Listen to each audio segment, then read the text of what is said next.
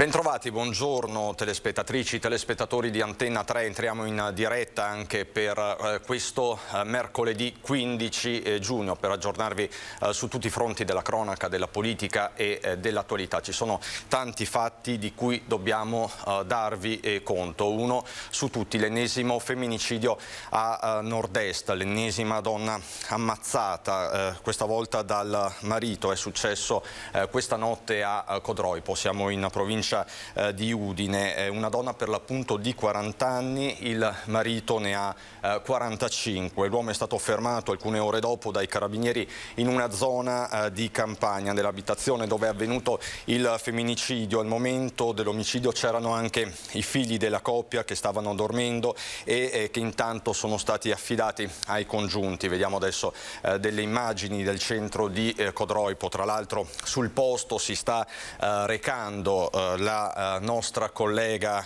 Laura Buccarella. Ci collegheremo nei prossimi minuti. I carabinieri sono intervenuti nell'abitazione della coppia in via delle Acacie attorno alle 2 della scorsa notte, dopo una richiesta di aiuto fatta al 112. Nella casa hanno trovato il corpo della donna uccisa da numerose coltellate. Nelle altre stanze da letto c'erano per l'appunto i 2 figli minorenni che, secondo quanto si apprende, non avrebbero assistito al fatto, al delitto. Le ricerche del marito si sono subito concentrate nella zona di Villa Manin e proprio qui l'uomo è stato individuato e fermato alcune ore più tardi. I militari dell'Arma lo hanno trovato mentre vagava a piedi con ancora addosso gli abiti sporchi di sangue. I carabinieri lo hanno portato in caserma dove si trova in stato di fermo. Fino a questo momento non avrebbe fornito dettagli su quanto accaduto, ma per l'appunto ci collegheremo nel corso di questa diretta con Laura Buccarella per fare il punto della situazione.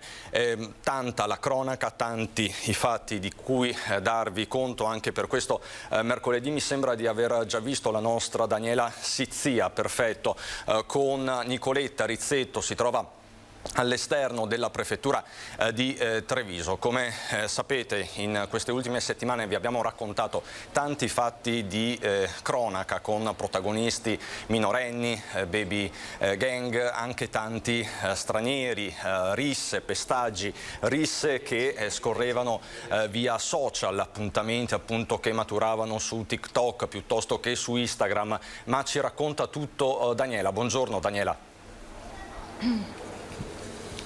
Buongiorno Cristian, buongiorno anche ai telespettatori. Come hai detto tu, sono proprio alle mie spalle, la vedete, la prefettura, appena terminato il vertice, si parlava di sicurezza, ma sul piatto uno dei temi che, come hai detto tu, di cui parliamo ormai da giorni, che è quello del fenomeno delle baby gang, un fenomeno che è comunque un trend in crescita, e anche di minori che sono coinvolti in reati anche gravi, perché parliamo di rapine ed aggressioni. Oggi si è fatto un po' il punto della situazione con le forze dell'ordine, si è cercato una soluzione, si cerca una soluzione, oltre a quella di parlare, l'abbiamo detto anche nelle nostre dirette, di parlare con le famiglie, di parlare con la scuola, di coinvolgere tutti enti e istituzioni. E oggi in questo vertice c'erano 5 comuni, che sono quello di Castelfranco, Montebelluna, Vittorio Veneto, Conegliano e Spresiano, i 5 comuni dove si sono verificati maggiormente questi fenomeni.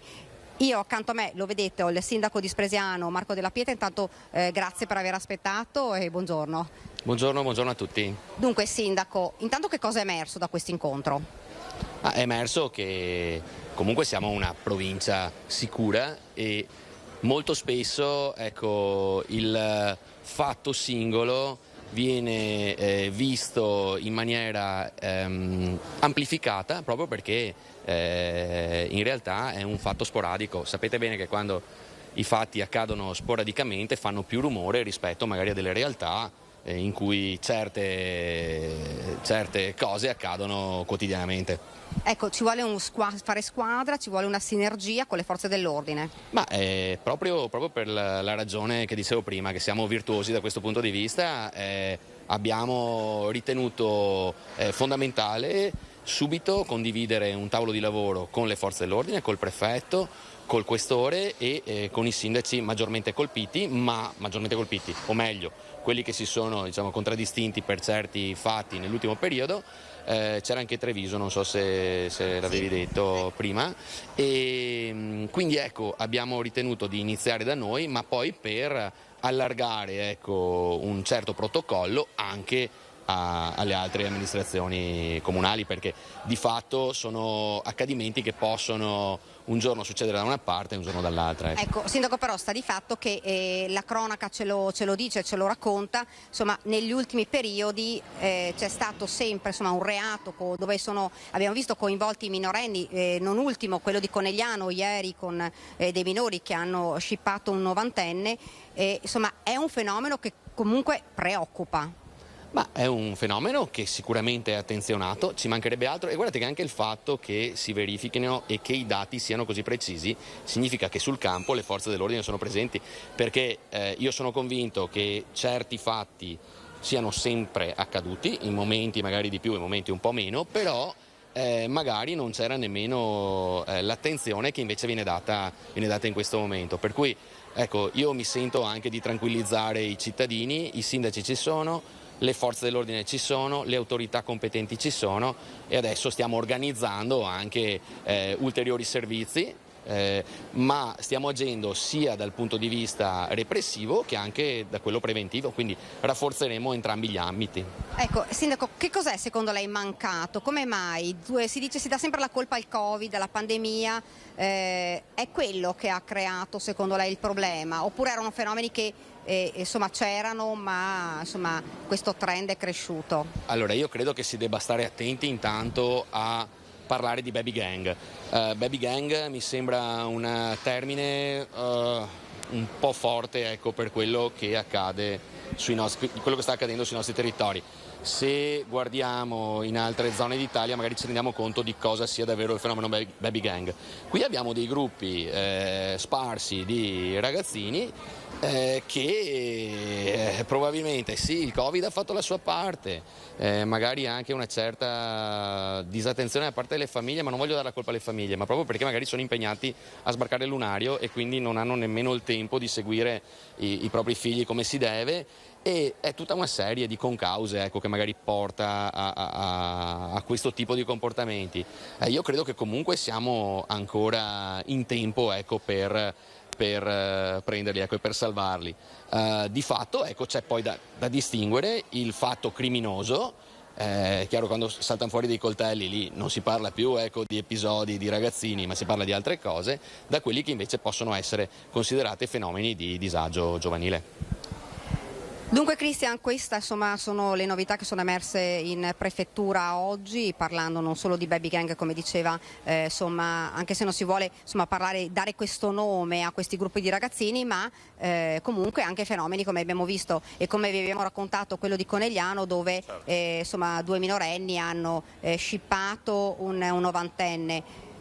Se hai domande dallo studio, così, ti ringrazio. La linea. Grazie davvero Daniela, grazie a te Nicoletta Rizzetto e al tuo ospite Marco Della Pietra. Quindi i temi della sicurezza sempre in primo piano e non potrebbe essere altrimenti. Siamo sempre in attesa di collegarci con la collega di Tele4, Laura Buccarella, che si sta recando a Codroipo. Come vi ho detto, l'ennesimo femminicidio, ma sono state settimane, giorni durissimi da questo punto di vista per l'intero nord-est. Vi abbiamo raccontato del femminicidio di Fossalta di Portogruaro la scorsa settimana e qualche giorno prima invece la mattanza di Vicenza con quelle 2 donne uccise. Ebbene, sono stati fissati per venerdì i funerali di Lidia, la mamma 42enne assassinata in via Vigolo a Vicenza. Si svolgeranno venerdì alle 10 alla chiesa serbo-ortodossa di Via Misericordia a Vicenza i funerali di Lidia Milikovic, la mamma 42enne, freddata in via Vigolo a colpi di pistola dall'ex marito Zlatan Vasiljevic l'8 giugno. Sarebbero 4 i colpi di pistola andati a segno, esplosi dal killer che prima di uccidere Lidia aveva colpito a morte Gabriella Serrano, sua ex compagna, con un proiettile alla testa. Poi consumato la mattanza in via Vigolo per concludere la folle fuga togliendosi la vita. A breve dovrebbero essere fissati anche i funerali di Gabriela, che risiedeva nel Padovano. Continuano intanto le indagini coordinate dalla Procura Berica, presto al vaglio degli ispettori del Ministro della Giustizia, Marta Cartabia, la documentazione relativa all'iter giudiziario a carico del pluriomicida Zlatan Vasiljevic. Intanto non si placa il dolore dell'intera comunità, parenti, amici, ma anche semplici cittadini che qui in via Vigolo continuano a portare fiori e poesie per ricordare Lidia. E quel sorriso che ora campeggia tra fiori, frasi e peluche viene richiamato nell'epigrafe. Il tuo sorriso ha illuminato le nostre vite, si legge, e la tua luce risplenderà sempre nei nostri cuori. La salma di Lidia, dopo la celebrazione, verrà portata per la sepoltura al cimitero di Schio, dove si era trasferita con i figli a casa dei genitori. Una terribile scia di sangue che unisce vari punti del nord-est. Dicevamo Vicenza, e avete sentito il reportage della nostra Luisa Bertini, Fossalta di Portogruaro nel Veneziano, e la notte scorsa Codroipo. È collegata Laura Buccarella proprio dal centro della provincia di Udine. Buongiorno Laura.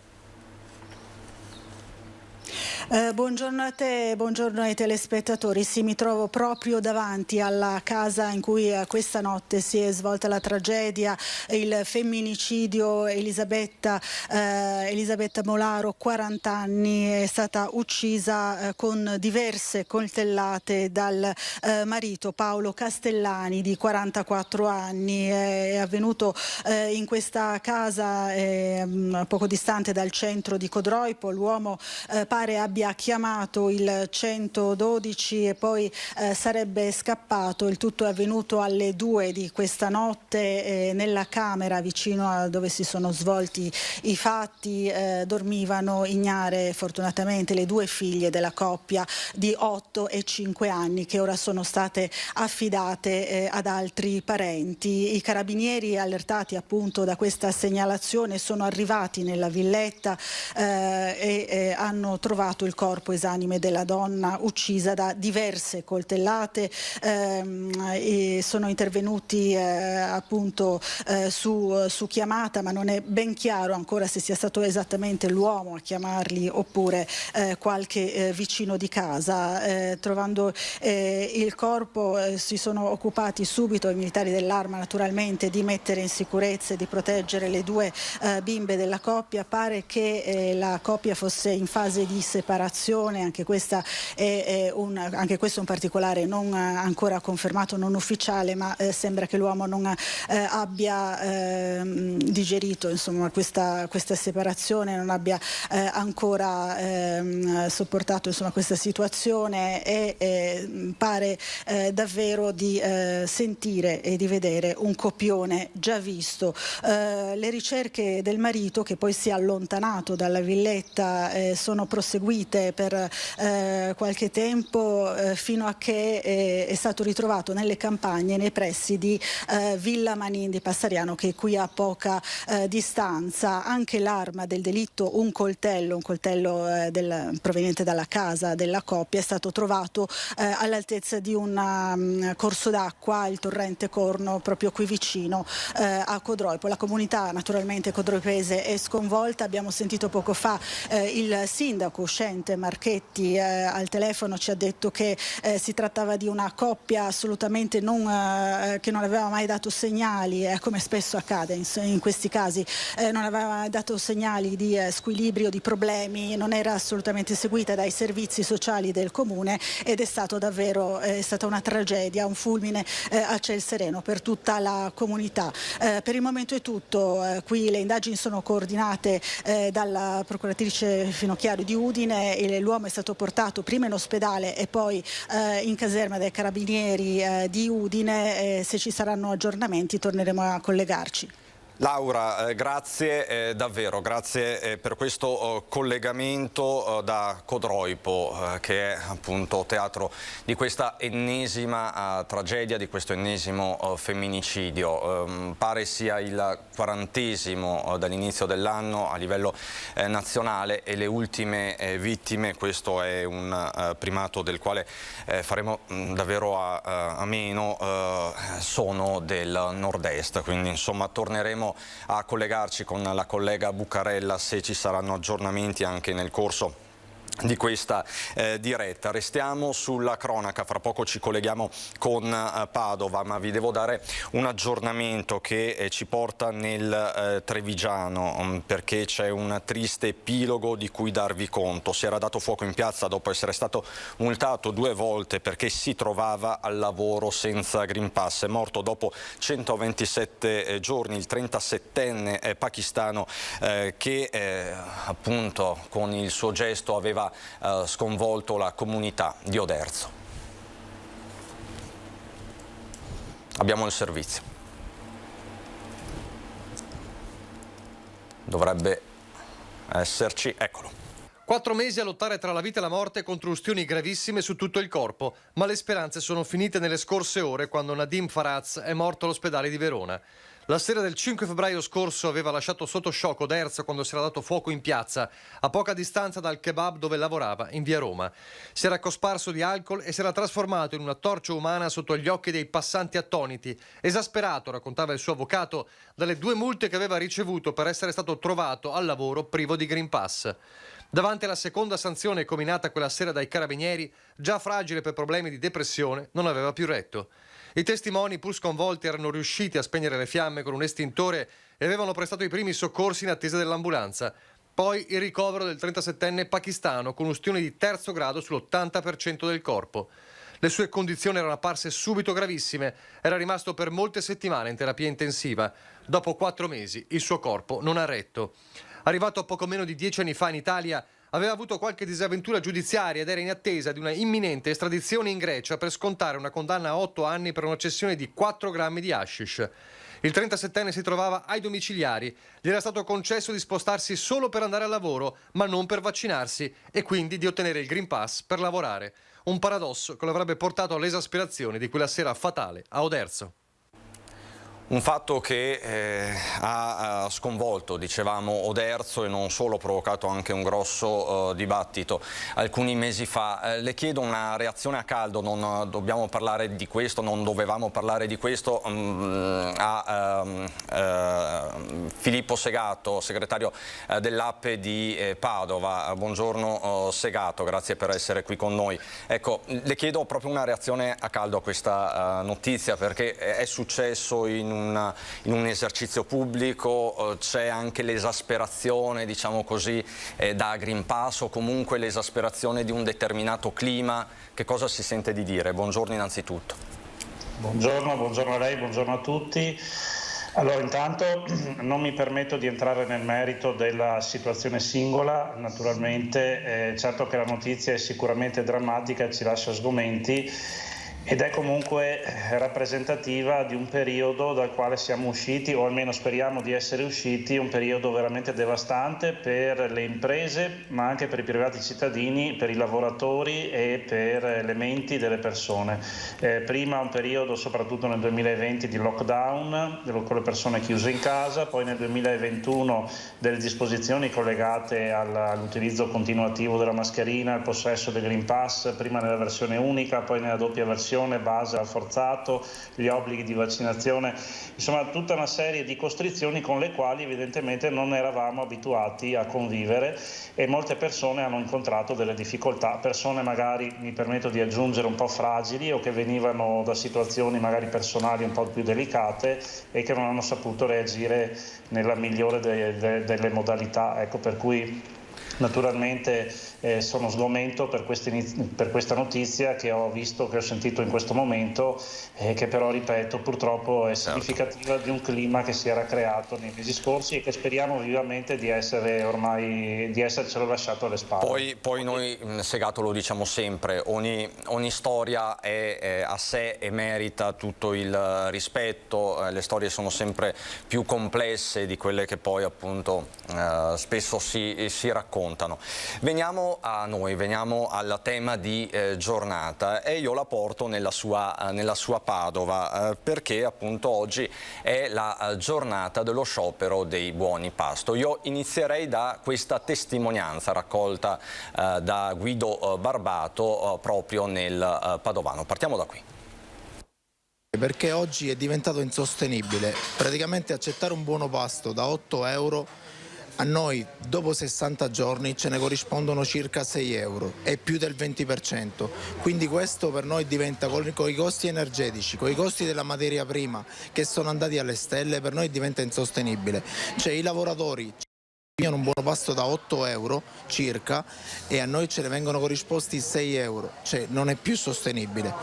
Anche i lavoratori, cioè noi facciamo questo sciopero perché anche i lavoratori siano consapevoli che quando ci consegnano questo buono pasto in realtà non è euro ma da 6 euro, perché le tasse, cioè, ci vanno a pagare sopra le tasse, perché si dice no, le tasse sul buono pasto non ci sono. Non è vero, le tasse sono allucinanti sui buoni pasto, perché ti mettono il noleggio del POS, le commissioni sul pagamento, la commissione fissa di trattenuta, cioè c'è una miriade di commissioni che poi vanno a diventare un 20%, 20-22% circa a 60 giorni. Noi abbiamo praticamente fatto un lavoro di sostituzione delle mense, è un lavoro importante perché i lavoratori durante la giornata molti non possono tornare a casa per la pausa pranzo e allora approfittano dei nostri locali per pranzare, per fare la piccola pausa che ognuno di noi deve fare. Però a queste condizioni non si può più sostenere, non è più sostenibile e oggi la grande distribuzione per fortuna è dalla nostra parte, perché anche per loro è diventata insostenibile. Questa è la testimonianza di Giuseppe Bonaccorso, che immagino tra l'altro sia un vostro associato Segato. Non ci sono più margini operativi. Sì, diciamo che l'esercente ha riassunto in maniera molto chiara e netta quella che è la situazione, quindi margini che prima erano già prima erano al limite della sostenibilità, restavano pochi centesimi, magari 10, 20, 30 centesimi su un pranzo magari da 6, 7, 8 euro. Adesso sono stati erosi ampiamente dall'aumento dell'inflazione, perché come tutti sappiamo e stiamo vivendo a casa nostra, ovviamente sono aumentati i costi delle materie prime, che per un pubblico esercizio incidono per circa il 30% nel totale dei costi, sono aumentati i costi delle forniture energetiche, energia elettrica, gas e quant'altro, i costi dei trasporti e insomma praticamente quei 10, 20, 30 centesimi di guadagno se ne sono tranquillamente andati in fumo a causa appunto di questa inflazione. A questo si somma l'ultimo appalto che è stato assegnato da Consip con il bando per i buoni pasto per tutti i dipendenti della pubblica amministrazione. La Consip è la centrale di acquisti appunto centralizzata della pubblica amministrazione, dove si rivolgono per i loro acquisti dalle penne ai contratti di energia elettrica, ai computer, alle automobili, ai buoni pasto, tutte le amministrazioni pubbliche, quindi dall'USL, le camere di commercio, ai carabinieri e quant'altro. Ecco, l'ultimo appalto è stato assegnato con uno sconto sul valore facciale del buono fino al 20%, quindi lo Stato è la prima azienda, tra virgolette, in Italia che lucra e quindi guadagna sulla differenza del valore, tra valore nominale del buono e quanto viene rimborsato all'esercente. Parliamo appunto del 20%. Questo tradotto in euro vuol dire che ogni anno lo Stato risparmia tra i 200 e i 300 milioni di euro. Questo sulle spalle, mi pare di capire, di voi esercenti. Tra l'altro questa è l'ennesima tegola, perché appunto 2 anni di pandemia, ce lo siamo detti 1000 volte, poi adesso il caro bolletta, il caro materie prime, insomma diventa difficile star dietro a tutto. Diciamo che la cosa che ci dà ci sono due motivi che ci danno un po' più fastidio in questo momento. Il primo è che appunto lo Stato, anziché essere a tutela delle imprese e quindi attivarsi affinché le imprese possano avere un'economia e un'attività sostenibile, lucra sulle spalle delle imprese, perché giustamente, come ricordava, l'ultimo anello della catena sono i pubblici esercizi e quindi sono quelli che pagano per tutti. E il secondo aspetto che ci lascia molto con l'amaro in bocca è che in altri stati della Comunità Europea, Francia su tutti, ci sono invece delle norme che prevedono un tetto massimo alle commissioni, e quindi praticamente in Francia i nostri cugini d'Oltralpe hanno una commissione al massimo del 4%. Stesso mercato, stesse regole, però lì l'esercente paga il 4% e viene pagato al massimo in 21 giorni, in Italia 20% e pagamento quando va bene a 45-60 giorni. Quando va male fallisce la ditta emettitrice. È successo qualche anno fa con l'Acquiticket, che in effetti era quella che si era aggiudicato il bando per la pubblica amministrazione. 300 milioni di euro di fornitura andati in fumo. Sono 300 milioni di euro di pranzi che sono stati dati dai baristi, dai ristoratori, dai pizzaioli, dai supermercati ai dipendenti pubblici e che non hanno avuto il pagamento che appunto gli esercenti si aspettavano. Senta Segato, le faccio una domanda telegrafica. Quanto incide mediamente il buono pasto nel fatturato di un bar del centro di Padova, la sua realtà? Fino a quanto può incidere? Certo, dipende ovviamente dall'ubicazione dell'esercizio, perché se stiamo parlando di bar che sono vicini a uffici, enti pubblici dove i dipendenti usano molto il buono pasto, può arrivare fino a 70%, anche in casi estremi l'80% del fatturato. In altre realtà, come ad esempio bar in zona industriale dove magari le fabbriche hanno la loro mensa interna, può arrivare a un 20-30%. Diciamo che in media per un'attività di bar ubicata nelle grandi aggregazioni urbane, ad esempio Padova, stiamo parlando di una media tra il 40 e il 50%. Quindi è tutt'altro che una questione di dettaglio. Segato, ultimissima domanda. Qui continuano a piovere bollette da capogiro. Ci può fare qualche esempio? Tra gli esercenti padovani, quali sono le cifre che girano?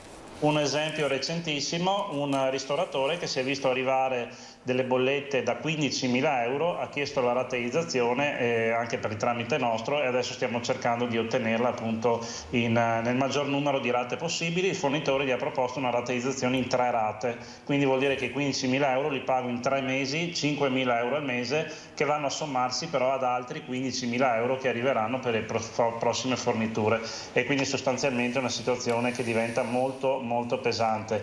A novembre-dicembre, quando c'è stata l'esplosione dei costi, era trapelata la notizia che sarebbe stato comunque un aumento tutto sommato provvisorio, che con l'arrivo della primavera, come ogni anno, il gas e di conseguenza l'energia elettrica, perché ricordiamo che in Italia l'energia elettrica è fatta per gran parte bruciando gas, che gas e energia elettrica sarebbero diminuiti come costo come ogni anno. In realtà è arrivato aprile, maggio e giugno e i costi sono aumentati anziché essere diminuiti. E non si vede ancora alba, questo è il tema. Assolutamente. Segato, la ringrazio davvero, buon lavoro e buon sciopero a questo punto. Arrivederci, grazie a Filippo Segato, che è segretario dell'AP e gli esercenti padovani. Noi adesso andiamo in pubblicità e c'è ancora tanta cronaca, tanti fatti di cui dobbiamo darvi conto.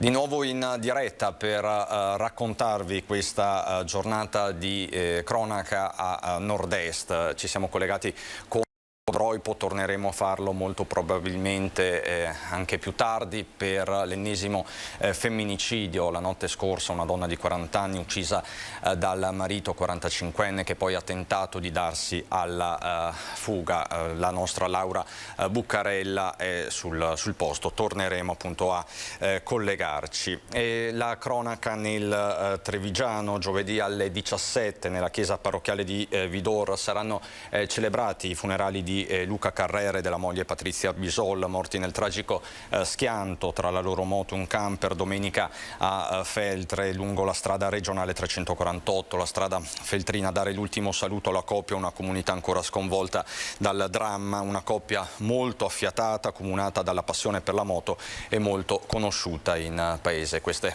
le immagini del tragico schianto di domenica pomeriggio sulla strada feltrina. E c'è stata una tragedia anche in Agordino nella giornata di ieri, dove un uomo di 68 anni è caduto da una scala appoggiata su un faggio nel tentativo di staccare un ramo secco con un cordino. Il dramma si è consumato in un'abitazione isolata di Sot Colarù in comune di San Tommaso. Anche per questo, accanto ai sanitari del SUEM 118, sono intervenuti gli uomini del soccorso alpino. A lanciare l'allarme è stata la compagna dell'uomo, non vedendolo rincasare. Sempre per la cronaca ritorniamo in provincia di a Padova, la città del Santo, per parlare di un'importante operazione della polizia locale contro lo spaccio di stupefacenti. 2 arresti, un sequestro di droga del valore di 20.000 euro. Questo è il risultato dell'operazione condotta dalla polizia locale di Padova.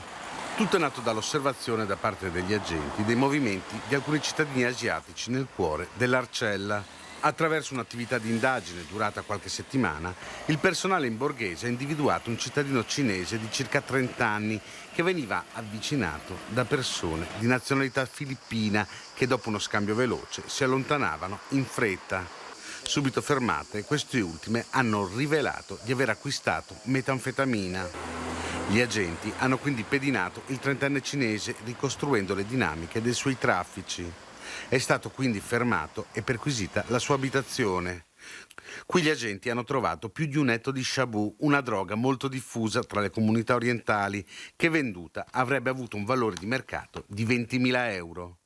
In casa gli agenti hanno trovato una seconda persona, una donna sempre di origini cinesi, di circa 45 anni, che teneva nella sua camera una grande quantità di metanfetamina e che evidentemente faceva affari con il cinese, suo braccio destro. I 2 sono quindi stati arrestati, il 30enne è stato portato in carcere, la 45enne posta agli arresti domiciliari. Sempre a Padova scippa una donna in pieno centro, un uomo di 30 anni è stato arrestato verso mezzogiorno nella giornata di ieri. Si tratta di un tunisino bloccato in zona stazione mentre cercava di disfarsi dei documenti della donna derubata. L'uomo ha afferrato la borsa della signora mentre stava percorrendo via San Pietro. Grazie alle testimonianze dei passanti la polizia ha individuato e arrestato il ladro. Arresti, denunce ed espulsioni anche nel veneziano. Facciamo il punto.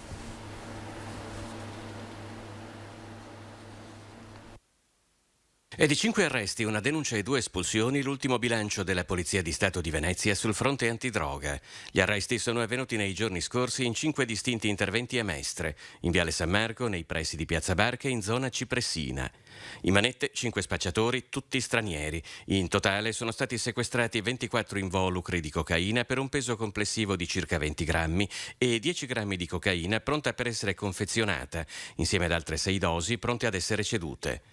In via Gozzi a Mestre, sempre nei giorni scorsi, gli agenti hanno denunciato per detenzioni ai fini di spaccio un giovane straniero, sequestrando ulteriore stupefacente. Sempre nella zona di via Gozzi sono stati identificati 2 giovani, entrambi con precedenti per spaccio di sostanze stupefacenti irregolari in Italia. I 2 ragazzi sono stati accompagnati presso il CPR di Gradisca di Sonzo per essere espulsi dal territorio nazionale.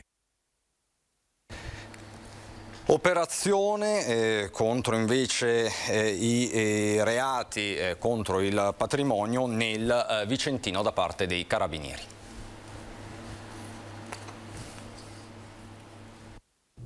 Dentro un borsone avevano capi di abbigliamento e alcolici senza l'antitaccheggio. Merce che avevano appena rubato all'interno di un punto vendita lunedì pomeriggio a Vicenza, in via Strada Padana. I carabinieri del Norm sono intervenuti e hanno denunciato per furto aggravato in concorso un 50enne, un 38enne, un 33enne, tutti residenti fuori provincia, perché fermati all'interno del supermercato dal personale della sicurezza del punto vendita con la merce nascosta nella borsa. La refurtiva è stata restituita e nel corso della perquisizione sono state trovate e sequestrate anche delle forbici da elettricità elettricista e un magnete in ferro utilizzati per danneggiare dispositivi antitaccheggio. Ritorniamo a Venezia per parlare di un fatto di cronaca che può far sorridere, ma mica tanto. A pesca di ostriche che i medici definiscono velenose sotto il ponte della Libertà. Sono in molti a chiedersi dove fossero portate. Alcuni pescatori cinesi sono stati sorpresi sotto gli archi del Ponte della Libertà a ridosso delle colonie di ostriche per raccoglierle, le stesse ostriche che l'hanno ostruito a causa della mancanza di manutenzione. I pescatori arrivano con barchini e le targhe della Laguna Veneta oscurate, entrano in acqua con guanti e stivaloni e riempiono cassette di plastica. Ci si chiede però quale sia la destinazione di queste ostriche, che secondo chi le ha analizzate sono piene di diossina e idrocarburi, molto più inquinate dei pesci. Sono come spugne che assorbono ogni tipo di inquinante stando sul fondo. Attualmente è in corso una pulizia di circa 25 archi per conto del Provveditorato Interregionale alle Opere Pubbliche, che si aggiungono ad altri 19 già liberati negli scorsi anni. Quando vengono scavati gli archi, le ostriche raccolte vanno a finire in discarica, ma c'è anche un progetto della consulta della Laguna Media in attesa di finanziamento europeo per circa 7,5 milioni di euro. Dalla cronaca passiamo all'attualità e torniamo a parlare di Prošek, del caso Prošek. Lo si è fatto ieri sera a Roma, dove per noi c'era Lucio Zanato. Entro il 5 luglio il governo italiano presenterà le sue osservazioni alle deduzioni croate, è una data che ci siamo posti come deadline perché siamo sicuri che le nostre osservazioni saranno così forti che la Commissione europea non potrà che respingere la richiesta croata di riconoscimento della menzione tradizionale Prošek. Italia unita contro il Prošek croato. È un Parlamento che ha fatto fronte comune in difesa del Prosecco. Sono questi i fatti emersi ieri nel corso del vertice che si è tenuto nella Sala Caduti di Nassiriya al Senato di Roma. Dovevamo fare il punto della situazione qui a Roma, dove abbiamo dimostrato l'unità sia prima in Commissione Agricoltura ma poi nell'Aula del Senato, assieme al governo, tutti quanti uniti per combattere il Prošek. Una battaglia che ha visto la solidarietà di altre eccellenze italiane, preoccupate che con l'apertura al Prošek vi fosse un'ulteriore apertura sul fronte di prodotti fotocopia, come il Parmesan per il parmigiano reggiano o il Cambozola per il Gorgonzola. Una solidarietà arrivata addirittura fino a Bruxelles. A livello anche europeo siamo stati supportati dai colleghi dello Champagne, dai produttori di birra di qualità, ma anche a livello anche dalla Scozia è arrivato un endorsement dai produttori di whisky. Quindi vuol dire che tutti coloro che dicono in questo momento che il Prosecco è da tutelare, il Prosecco è da aiutare, da questo Italian sounding interno all'Europa, vuol dire che sono con noi e vuol dire che sanno che se dovesse cadere il castello del Prosecco in questa battaglia cadrebbero le denominazioni europee. Questo sarebbe un grande problema. 20 giorni dunque per chiudere il caso Prošek, un caso con un dossier presentato dai croati che di certo non ha impensierito il governo. Non vi è nulla di giuridico, in tutto il dossier non è citata una sentenza, una norma, ma semplicemente l'aspirazione dei croati di continuare a produrre, dicono, queste 10.000 bottiglie, che comunque sono illegittime perché evocano il nome Prosecco e per l'ordinamento comunitario questo non è consentito. Quindi tutti quanti uniti, i consorzi del territorio, i 4 consorzi del territorio, il Parlamento unito all'unanimità assieme al governo, io sono fortemente ottimista che le cose andranno bene. E così il trevigiano Vallardi, ma insomma ne sentiremo parlare a lungo nelle prossime settimane di questo caso Prošek, perché non è finita qui, anzi sembra sia solo iniziata, o no? Emanuele Crosato, nuovo sindaco di Cessalto, anche questo è un fronte. Sì, assolutamente, quella della tutela del marchio d'origine è sempre una cosa importante e doverosa, lo dobbiamo ai nostri produttori che investono moltissimo nelle loro aziende, nella produzione di prodotti agroalimentari tanto cara a tutti noi. Allora, Emanuele Crosato, chi ci segue già lo conosce molto bene, esponente di lungo corso di Forza Italia, che è stato amministratore per una vita a Cessalto e che è riuscito nell'impresa di diventare sindaco. Eravate in 4 contendenti, c'era anche il sindaco uscente, lei porta a casa un ragguardevole 46%. Sì, è stata una bella vittoria, ma soprattutto mi sento onorato di aver avuto la fiducia dei miei cittadini. La nostra è una componente, è una lista civica, sapete che sotto i 15.000 è sempre difficile poi dare connotazioni forti politiche, quindi guardiamo più all'interesse del paese e come sempre io non chiedo mai la tessera, non chiedo mai che indicazioni politiche hanno, ma che idee hanno, perché questo è importante, è quello che ci chiedono.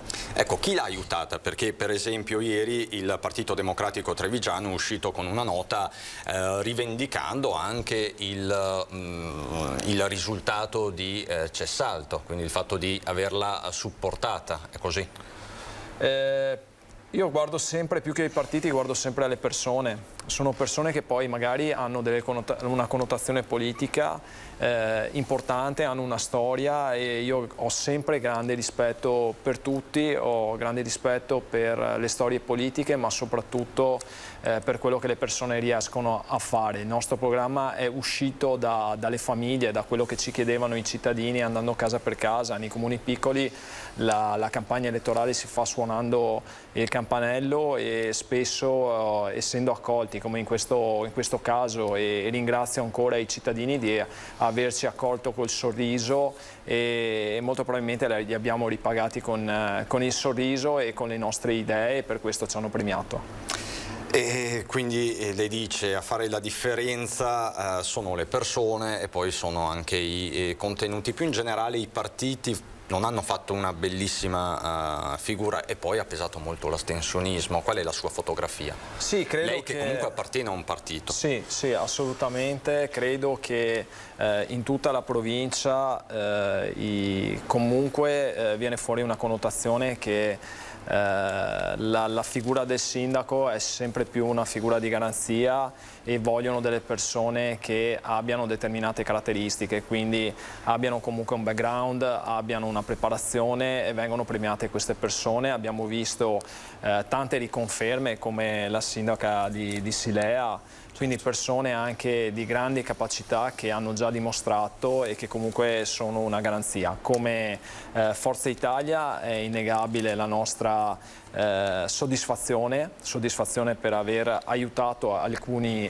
sindaci a ritornare al proprio governo. Penso all'amico Bonesso che è riuscito ad affermarsi a Trevignano e questo ci dà grandissima speranza. Poi c'è una grande componente di amministratori civici che devono essere coinvolti, perché spesso i partiti vengono tacciati dei più grandi mali, invece noi non siamo. I partiti devono dare formazione, devono fare coordinamento soprattutto, e questo è importante. Io, essendo anche stato amministratore di secondo livello in provincia, so quanto importante è poi il coordinamento degli amministratori, perché spesso da soli non si va da nessuna parte. Qui intanto vediamo le immagini della sua Cessalto.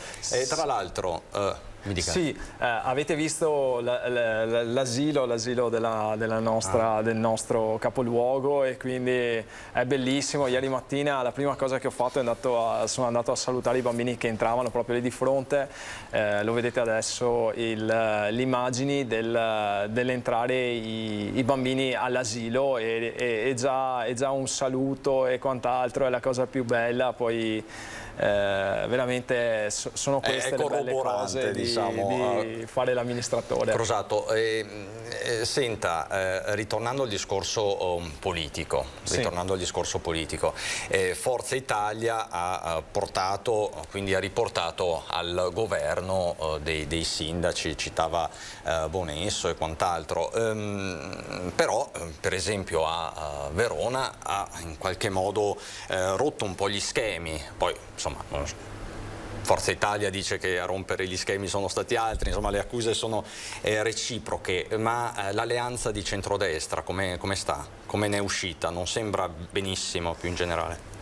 Diciamo che bisogna capire in un viaggio quali sono i nostri componenti, quali sono poi i compagni di viaggio con cui dobbiamo fare il nostro tragitto. Spesso non ci tengono in considerazione, molto spesso quando anche andiamo da soli ma siamo comunque rappresentati bene e riusciamo nel nostro intento. Quello che è successo a Verona è nient'altro che un sindaco che giustamente ha riprovato ad avere l'amministrazione della propria città dopo aver fatto molto bene, e quindi credo che anche il risultato sia comunque una parziale conferma del suo operato. Allora, a proposito di Verona, io ritornerei a venerdì sera, chiedo anche alla regia, perché venerdì sera a Verona, venerdì scorso, si sono ritrovati Zaia, Meloni e Salvini. Abbiamo proprio un breve frammento di questa reunion, poi vorrei un suo commento. Vediamo Salvini, Meloni e Zaia. Anche perché domani voglio leggere, Giorgio, i giornalisti che si inventano divisioni, polemiche. Siamo qua e siamo belli come il sole. Poiché hanno detto che eravamo come Romeo e Giulietta, garantisco che non faremo la stessa fine. Anche perché lei a casa ha qualcuno che l'aspetta, io a casa ho qualcuno che mi aspetta. E quindi... stop. Questo succedeva venerdì sera, poi è andata come è andata. Certo è il primo tempo. Mancava Forza Italia, perché Forza Italia, dicevamo, sosteneva Tosi, poi Tosi l'abbiamo sentito e così via. Lei quanto si sente affine, Crosato, con Salvini, Meloni? Lei e Forza Italia? Io sono un moderato e molto spesso mi trovo lontano anni luce dalle posizioni che vedo e che leggo dai giornali di Salvini e della Meloni. Ho grandissimo rispetto per loro, credo comunque che il centrodestra debba andare sempre unito e dobbiamo trovare una quadra su tutto. Molte volte magari le posizioni sono diverse, però bisogna fare sintesi. Abbiamo avuto per tanti anni Forza Italia che era la coordinatrice, l'ha fatto bene e ha sempre magari anche pagato territorialmente il fatto di dover tenere insieme tutti i pezzi, e adesso lo devono fare loro, e se riescono a farlo bene, altrimenti vediamo quelli che sono i risultati. E telegrafico, cosa succederà nel 2023 a Treviso? Forza Italia sosterrà di nuovo Mario Conte? È troppo presto? Attualmente siamo al governo insieme, c'è il bravissimo vice sindaco a aiutare Mario, quindi non credo ci saranno grandi divergenze su questo. Comunque, come sempre accade, noi decidiamo territorialmente, quindi saranno il coordinatore di Treviso e tutti i partecipanti del partito a Treviso a farlo. Allora, grazie Crosato, lei resta con me, abbiamo ancora diversi punti da toccare. Tra l'altro è uscita da pochissimo questa notizia che fa tremare i polsi, le vene ai polsi. Eni, Gazprom annuncia una riduzione del 15% dei flussi verso l'Italia, così la Repubblica. Non solo, vi do anche l'apertura dell'Ansa.it, Gazprom riduce i flussi a Eni, l'Unione Europea intanto annuncia un patto con Israele e Egitto, quindi un colpo di scena per certi versi, perché fino a qualche minuto fa non si poteva prevedere una mossa di questo tipo, che è già stata attuata in verità con altri paesi dell'Unione Europea. Vedo però collegato da Padova, lo saluto e lo ringrazio, il nostro Francesco Ratai, che si trova appunto all'esterno della Basilica con Federico Cibotto. Sono stati giorni molto impegnativi per Padova, Francesco. Hai ragione Cristian, buongiorno a te, buongiorno ai telespettatori. Sono stati giorni impegnativi, sono stati giorni carichi di emozioni. ci sono state le elezioni del sindaco, ma soprattutto c'è stato il 13 giugno, che per la città è una data importante perché si festeggia il suo santo, Sant'Antonio. Sono qua sul sagrato della Basilica insieme a Padre Zamengo, che è il direttore generale del Messaggero di Sant'Antonio, per trarre un consuntivo di questa tredicina, i 13 giorni e di questo 13 giugno. Com'è andata? Beh, innanzitutto dopo 2 anni abbiamo vissuto una festa di Sant'Antonio, direi quasi normale, e alla stessa altezza a livello degli anni precedenti alle vicende del Covid. Detto questo, è sempre più una festa anche social. Per questo noi abbiamo potuto vedere come attraverso il canale www.13giugno.org abbiamo raggiunto in Italia più di 1.800.000 spettatori che hanno vissuto anche in questo modo la festa di Sant'Antonio, hanno acceso anche delle candele virtuali, abbiamo dato anche questa possibilità. E poi accanto alla pagina italiana c'è stata anche la pagina estera che ha portato la festa di Sant'Antonio in tutto il mondo, dall'Australia all'Inghilterra, all'Irlanda, agli Stati Uniti, al Canada. Abbiamo trasmesso la processione, la Santa Messa anche in India, in Sri Lanka. È stata veramente una festa in cui Sant'Antonio ha abbracciato tutto il mondo, e anche dalle persone che stanno facendo rumore qui vicino a noi ci fanno vedere come i pellegrini continuano a venire ancora in Basilica anche oggi. Esattamente, il riferimento è veramente puntuale perché c'è una comitiva, anzi Federico, se vuoi inquadrarla, stanno facendo una foto così i telespettatori capiscono cos'erano queste urla, li vediamo, sono in festa perché Sant'Antonio è festa, però è una festa che non finisce con il 13 giugno. Ricordiamo qualche appuntamento che nelle prossime settimane i pellegrini potranno trovare dentro e fuori alla Basilica. Sì, tutto il mese di giugno è dedicato a Sant'Antonio, con momenti anche che servono ad approfondire e a riflettere su questa figura, sul significato che ha per il nostro presente, come anche il segno di speranza per il futuro. E vogliamo finire nel segno della festa con 2 appuntamenti: uno il prossimo venerdì alle ore 21 con il concerto gospel con il Summertime, e il secondo appuntamento il sabato 25, dove alle ore 18 ci sarà la celebrazione della Santa Messa dedicata ai casamentero, tutte le persone che sono alla ricerca di un'anima gemella, che sono alla ricerca di un senso, uno scopo, di un progetto di vita da vivere nell'amore, seguendo proprio l'esempio di Sant'Antonio.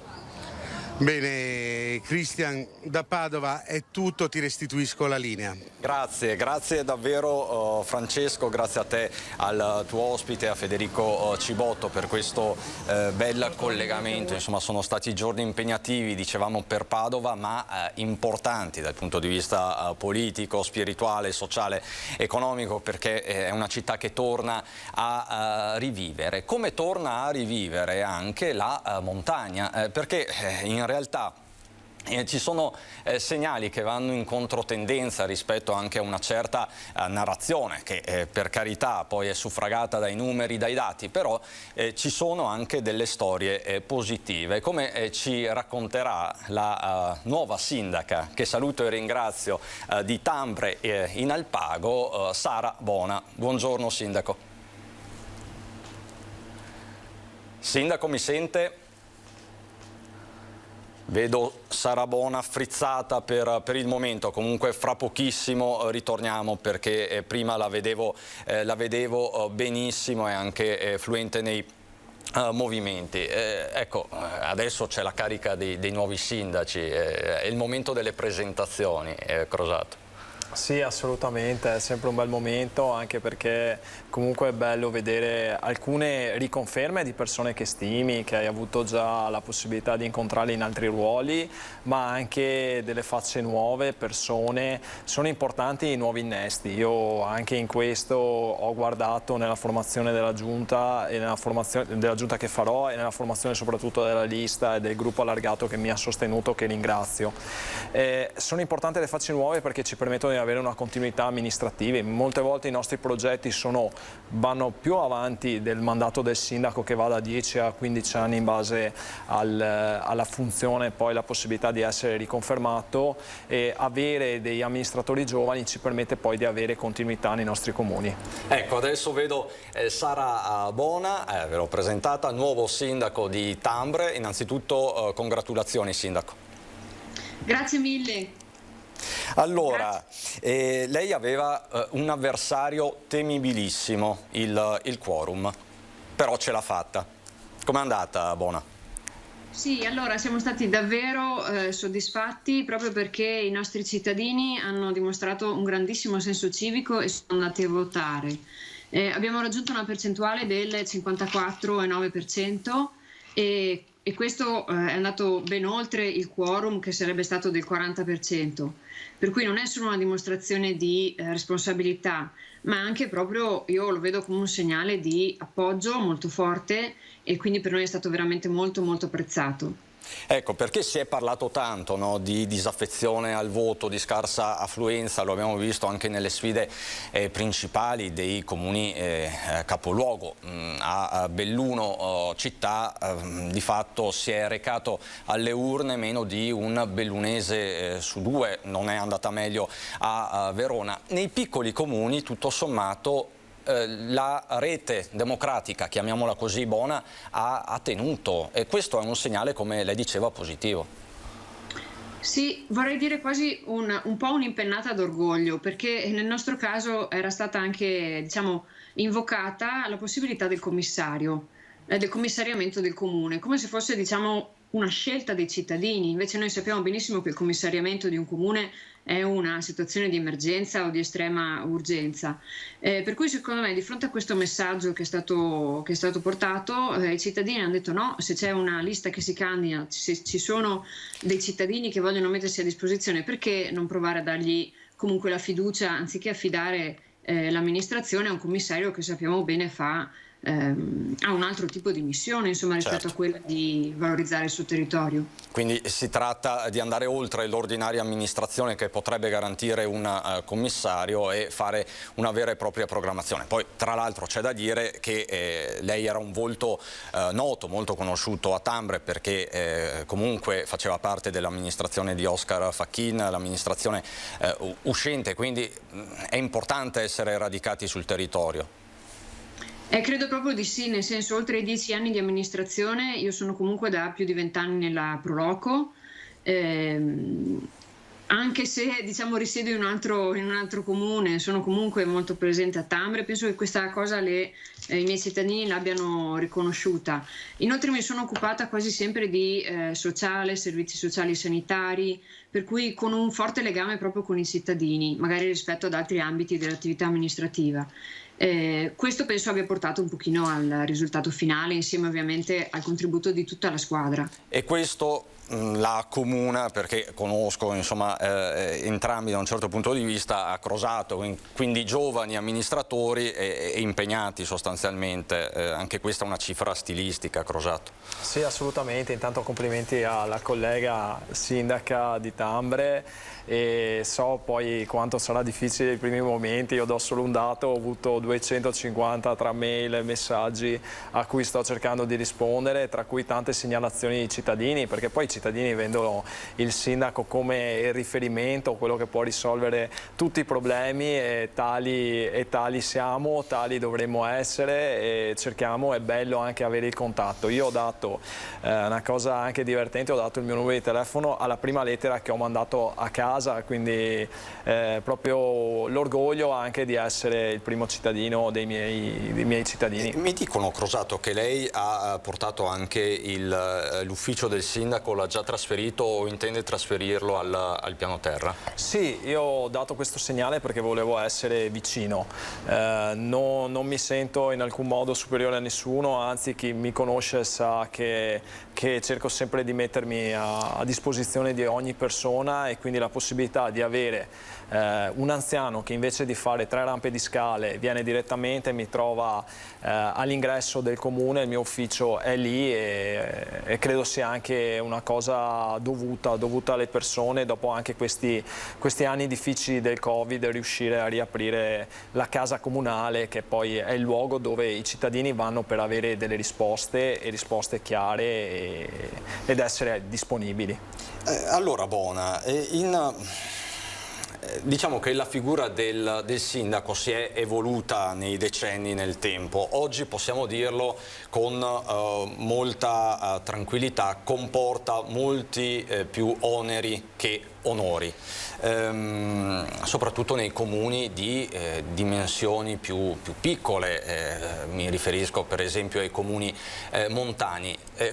Cos'è che l'ha spinta alla fine verso il municipio? Perché lei è scesa in campo? Qual è stata la motivazione profonda?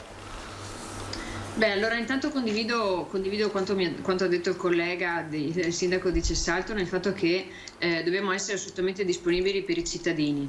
Nel nostro caso la cosa vale il doppio, perché come unica lista ci troviamo a presentare tutti, siamo gli amministratori di tutti. Di solito questo si dice sempre quando un sindaco viene eletto, non sarò il sindaco di tutti. Nel nostro caso dobbiamo dirlo con serietà e prendercelo come un impegno, proprio perché eravamo l'unica lista. I nostri cittadini purtroppo non hanno potuto scegliere effettivamente fra più candidati, per cui io questa missione me la sento veramente molto forte.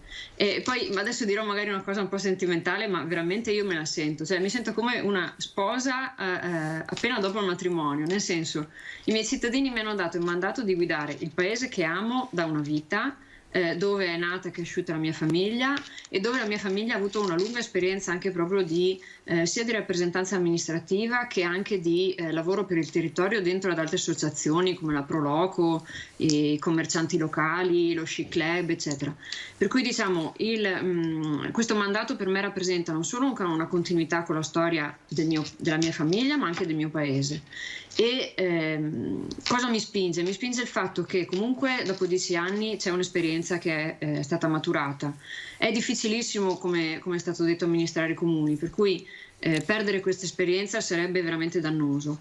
Io trovo che sia giusto averla rimessa in gioco e affrontare le sfide, lo chiedo però insieme veramente ai miei cittadini. È una cosa che abbiamo detto durante le serate: l'amministrazione non è soltanto restare dentro agli uffici oppure all'edificio del comune, ma amministrare vuol dire fare insieme il bene per tutta la comunità, e questo invito noi ai nostri cittadini l'abbiamo assolutamente fatto. Lavoriamo insieme il più possibile, con le associazioni, con i singoli cittadini, con i volontari, certo, con chiunque abbia voglia di portare avanti il bene del nostro paese. E a proposito di sindaci, vi porto adesso, proprio perché poi le questioni sono pressanti, urgenti, collegate poi all'attualità e a quello che sta succedendo anche a livello generale, vi porto nell'area berica, nel Vicentino, per parlare di stop all'illuminazione pubblica. Quella che era una protesta simbolica fino a qualche mese fa adesso è diventata un'esigenza. Sono sempre di più le amministrazioni che tagliano anche sulle luci. Vediamo. Lasciamo accese solamente le luci della strada provinciale che percorre la Riviera Berica, e pertanto dove c'è la parte semaforica, e le luci strettamente collegate a quel quadro elettrico lì. I sindaci di Nanto e Castignero dal 1° giugno hanno spento l'illuminazione pubblica notturna, coerentemente dopo averlo annunciato ai propri cittadini nei giorni scorsi. Come molti altri sindaci dell'area berica, si sono trovati spalle al muro di fronte allo spropositato aumento dei costi dell'energia elettrica, e per cercare di evitare un possibile dissesto finanziario per l'anno in corso si vedono costretti ad adottare misure di risparmio estreme per fronteggiare l'ondata di rincari. Ho fatto presente che il costo del gas nel primo trimestre è aumentato dell'84%, l'energia elettrica del 50%, l'illuminazione pubblica in base al contratto che abbiamo è più che raddoppiata. Pertanto andiamo a limare per dove è possibile nelle ore notturne dall'1 alle 5. È una situazione drammatica per i comuni, pensiamo ai comuni più piccoli che vivono con bilanci veramente contenuti, Vicenza ha avuto la fortuna di programmare e intervenire su una riqualificazione a LED di tutto l'impianto della città che è in corso in questo momento, quindi vedremo un risparmio energetico nel tempo. Ovviamente in quest'anno, nel 2022, anche per noi comunque i costi saranno particolarmente elevati. Dobbiamo fare in modo di fare fronte comune con tutti i comuni d'Italia, ANCI nazionale e ANCI regionale Veneto, per convincere il governo ad aiutare i comuni. I comuni si attendono risposte concrete dal governo.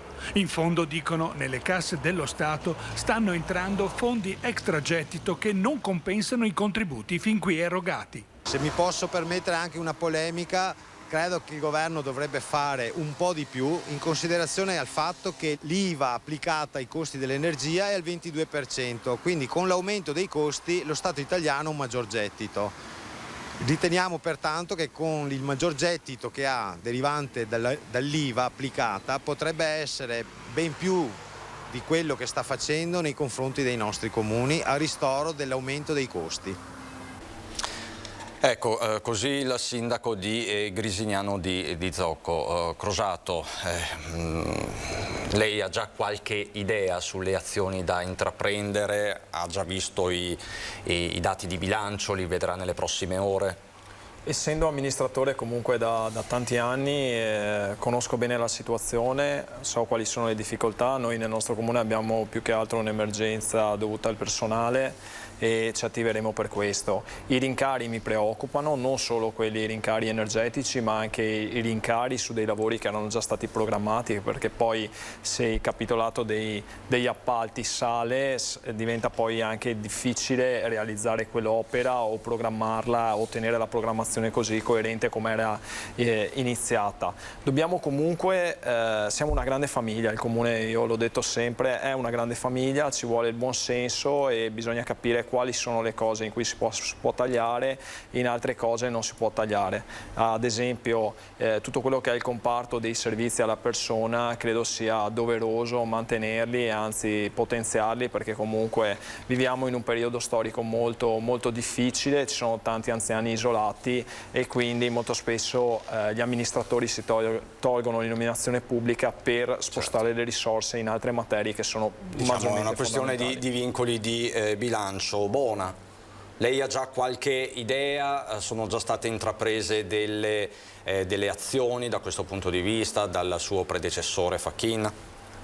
Sì, allora diciamo è stata fatta una politica di efficientamento energetico veramente importante, ma già negli ultimi 10 anni, anche perché magari abbiamo la fortuna di avere dei consiglieri a cui la materia piace particolarmente, per cui si sono dati da fare moltissimo.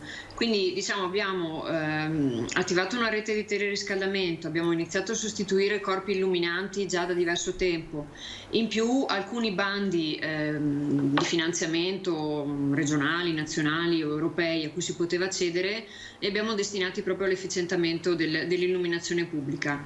Per cui diciamo è vero che anche noi abbiamo avuto un aumento vertiginoso, però tutto sommato con le azioni che già sono state intraprese che porteremo avanti cerchiamo di ridurre al minimo lo spegnimento dell'illuminazione. Il nostro problema qual è? Che abbiamo un territorio enorme, abbiamo delle frazioni molto periferiche, per cui diciamo togliere l'illuminazione potrebbe crearci un problema di sicurezza abbastanza importante. E accentuare immagino certe forme di isolamento, c'è da dire anche questo. Esatto, poi abbiamo anche un problema appunto di ritorno di animali selvatici, per cui dobbiamo veramente tenere in equilibrio la situazione. Però la riqualificazione energetica ci premia, nel senso che proprio di recente abbiamo sostituito i corpi illuminanti in una frazione con un risparmio del 67% sull'ultima bolletta arrivata, per cui però ci vogliono risorse da destinare anche in maniera abbastanza specifica a questa cosa. Senta Bona, io prima presentandola ho parlato di una montagna che sta soffrendo, come tante altre zone d'Italia, ma in particolare la montagna, un calo demografico sostanzioso. Ogni anno ormai in provincia di Belluno si perdono circa 1000 abitanti, siamo finiti, la provincia di Belluno è finita sotto la soglia anche psicologica dei 200.000 residenti effettivi, però dall'Alpago, da Tambre, arrivano anche dei segnali in controtendenza. Quali, Bona? Ma allora, sicuramente l'epoca Covid ci ha insegnato che la qualità della vita in montagna rimane elevata Non siamo una montagna proprio così disorganizzata, nel senso un minimo di servizi ci sono, per cui noi ci siamo accorti di moltissime persone che fanno richiesta di case in affitto o in vendita. Questo succede già da un paio d'anni, per cui è vero che la controtendenza allo spopolamento non la possiamo misurare in un range così stretto, però è vero che le richieste ci sono. Perché in montagna si vive bene, si può lavorare da remoto perché comunque la fibra sta arrivando un po' dappertutto, per cui questo ci agevola, e la qualità della vita però è eccezionale, e soprattutto l'Alpago, per chi ha la fortuna di conoscerlo sa bene di che cosa parlo di un ambiente dove c'è la foresta, la seconda più grande d'Italia, il lago di Santa Croce, una conca di monti delle prealpi straordinari anche per la pratica dello sport, per cui veramente pensare magari di venire a lavorare o vivere a Tambre lavorando in smart working e poi aprire la porta di casa e uscire e liberare mente e spirito in questo ambiente naturale fantastico, penso che possa essere un potenziale veramente da valorizzare. Buona, questo è uno spot per l'Alpago, va benissimo, va benissimo.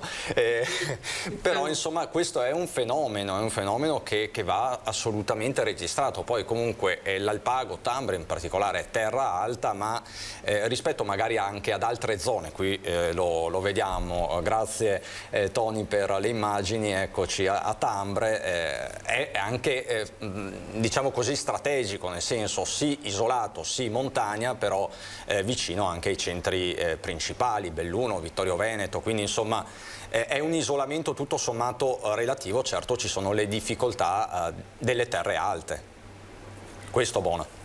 Sì, però siamo anche molto vicini ai servizi, voglio dire, l'autostrada che ci collega a Venezia è un quarto d'ora da Tambre, poi ovviamente la rete viaria è ben fornita, abbiamo la stazione dei treni, la stazione per Alpago dedicata, che sta subendo anche un intervento di ristrutturazione e miglioramento, per cui montagna sì, ma largamente accessibile soprattutto dalla pianura. E poi a questo si aggiunge anche un arrivo di presenze straniere collegate per esempio al fenomeno delle cosiddette casere luxury. Questo non avviene proprio a Tambre perché noi abbiamo un altro tipo di turismo, ma nei comuni vicini come quello di Chiesa d'Alpago, con cui siamo strettamente in contatto. Tutti questi fenomeni sono dei segnali positivi.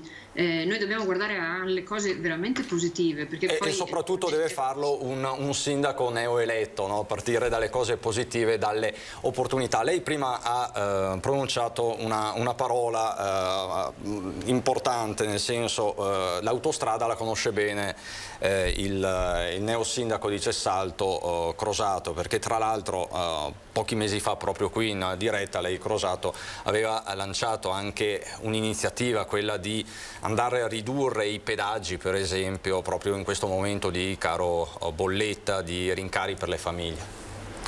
Sì. Lo riconferma? Lo riconfermo, ma soprattutto spero vivamente che anche Autovie Venete ci dia ascolto sulle nostre istanze, perché poi noi l'autostrada ha spaccato, storicamente ha spaccato a metà il paese, ci ha prodotto delle esternalità negative e continua a farlo. Dico sempre che Cessalto è un piccolo paese che però ha delle potenzialità ma anche delle difficoltà. L'autostrada ha creato parte di queste difficoltà perché abbiamo tantissimi camion che arrivano, che vanno, ed è giusto così perché poi crea anche ricchezza, però dobbiamo contenerla e dobbiamo gestirla. Adesso sempre di più c'è il tema legato alla viabilità soft, quindi a tutto quello che è green e l'utilizzo della bicicletta.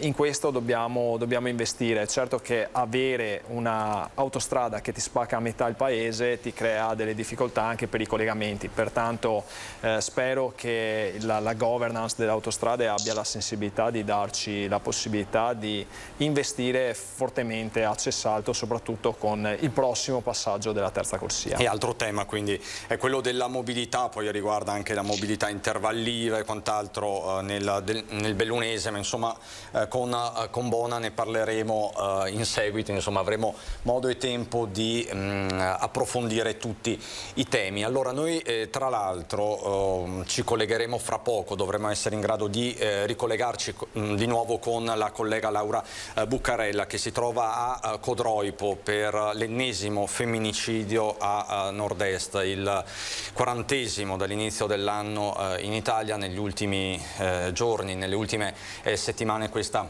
escalation per l'appunto nel nostro territorio, i fatti di Vicenza, quelli di Fossalta di Portogruaro la scorsa settimana e appunto la notte scorsa a Codroipo. Allora vedo Laura Buccarella collegata, se non sbaglio, davanti al municipio di Codroipo. Laura, buongiorno di nuovo.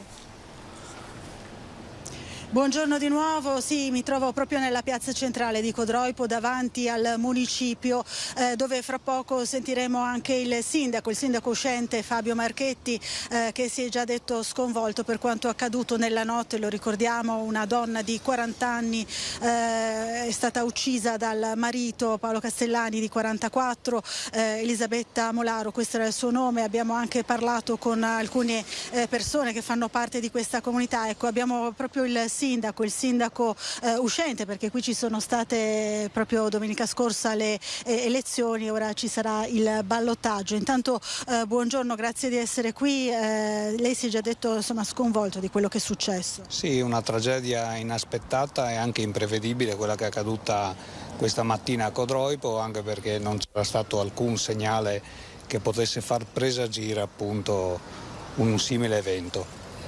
Un evento terribile, 2 persone integrate nella comunità erano conosciute qui a Codroipo. Conosciute, codroipesi, tutte e due con un loro lavoro, vivevano del loro, come si suol dire, una coppia tra l'altro che era anche impegnata, penso alla povera mamma, che comunque era una rappresentante anche scolastica delle nostre scuole elementari, e quindi completamente integrate, come dicevo, una cosa inaspettata e anche imprevedibile. Nel suo mandato non è la prima volta purtroppo che ha a che fare con episodi drammatici.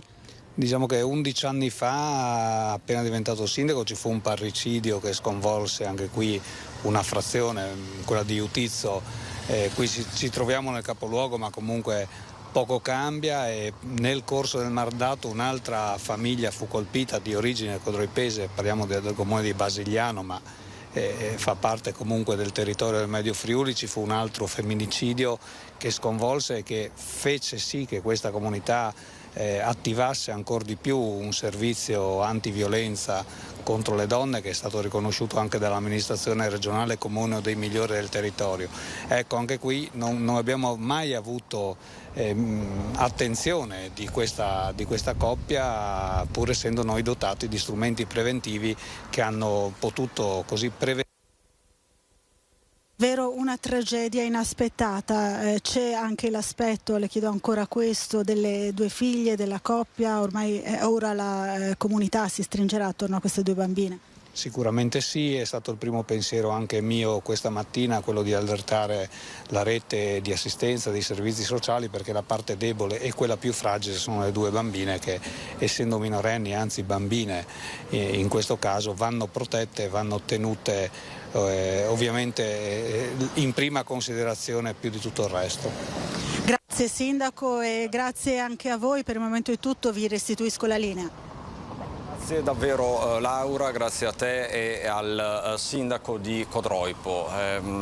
Di fronte a queste tragedie non ci sono mai le parole, Prosato.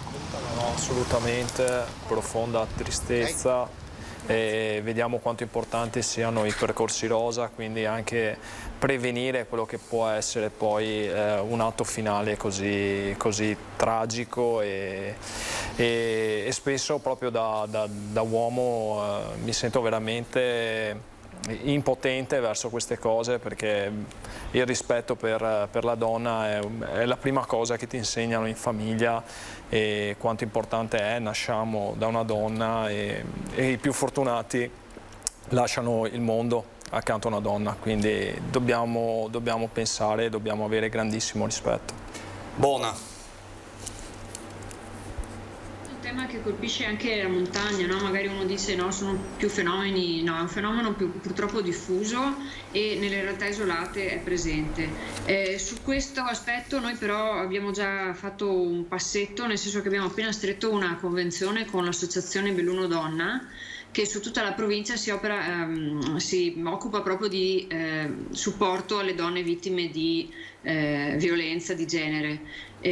Tutti i comuni dell'area dell'Alpago hanno aderito, quindi non solo Tambre ma anche Chiese e il comune del Pago stesso, per cui ci crediamo insomma nel fatto che avere questo punto di riferimento è importantissimo per le donne che sono in queste situazioni.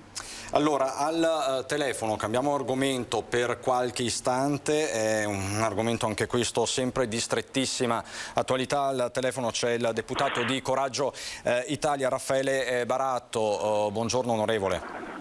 Buongiorno a voi e grazie per l'invito. C'è qualche problema di Skype? Non c'è problema, facciamo tutto al telefono, siamo molto elastici. Però appunto andiamo... So che in studio ho sentito che avete Emanuele Crosato e gli faccio di nuovo i grandi complimenti per quel grande risultato che ha avuto come sindaco. Se lo merita perché è una persona del territorio che anche quando era consigliere provinciale è sempre stato un grande lavoratore per tutti quanti i sindaci che lo accompagnavano, soprattutto per chi aveva bisogno, era sempre molto presente. È un bravo ragazzo, dice Baratto. No, è un grande amministratore.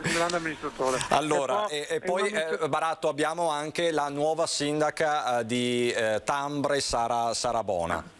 Ecco, bene, quindi tanti auguri e complimenti che purtroppo non riesco a vedere, ma non ho sentito Emanuele perché veramente anche un bocca al lupo per il lavoro che devo fare e tanti auguri davvero, perché fare il sindaco oggi è sicuramente un grande lavoro, si è sempre in prima linea, ancora più di prima. Lei ne sa qualcosa perché ricordiamo a chi a casa, lei è stato sindaco per tanti anni di Pederobba, esatto. Adesso appunto siede al Parlamento e ha presentato una proposta emendativa perché i rimborsi nei confronti dei risparmiatori truffati dalle banche sono davvero tanti, soprattutto nella sua zona, nell'Alta Marca e quant'altro, hanno delle difficoltà. Lei parla di un rischio beffa per migliaia di risparmiatori. Che cosa sta succedendo, Baratto?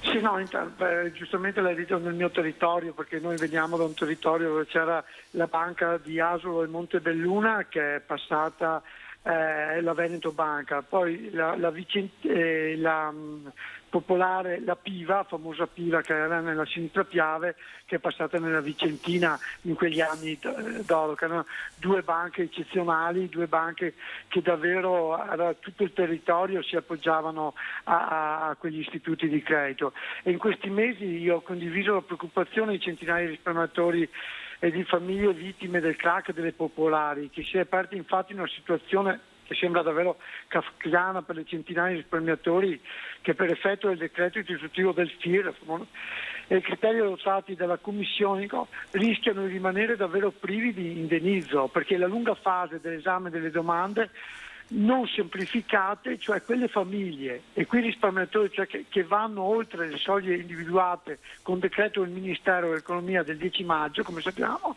rischia infatti di concludersi con un numero bassissimo di riconosciuti. E diciamo, ecco, Baratto, semplifico per chi è a casa qui, parliamo dei rimborsi per di fatto i risparmiatori con un reddito annuo superiore ai 35.000 euro, perché quelli diciamo così sotto i 35.000 euro avevano una procedura diversificata, quindi per questi c'è il rischio reale di rimanere a secco, perché devono, mi corregga se sbaglio, produrre una documentazione che non è facile produrre. Devono dimostrare puntualmente una documentazione che va ormai risalente a qualche anno, cioè di cosa stiamo parlando, cioè credo che i dati dati siano presenti, che i documenti siano stati ormai visti e rivisti centinaia di volte. Credo che queste domande davvero rischiano di essere rigettate. Siamo nella follia. Quindi lei dice anche perché io volevo ricordare che questi sono dei risparmiatori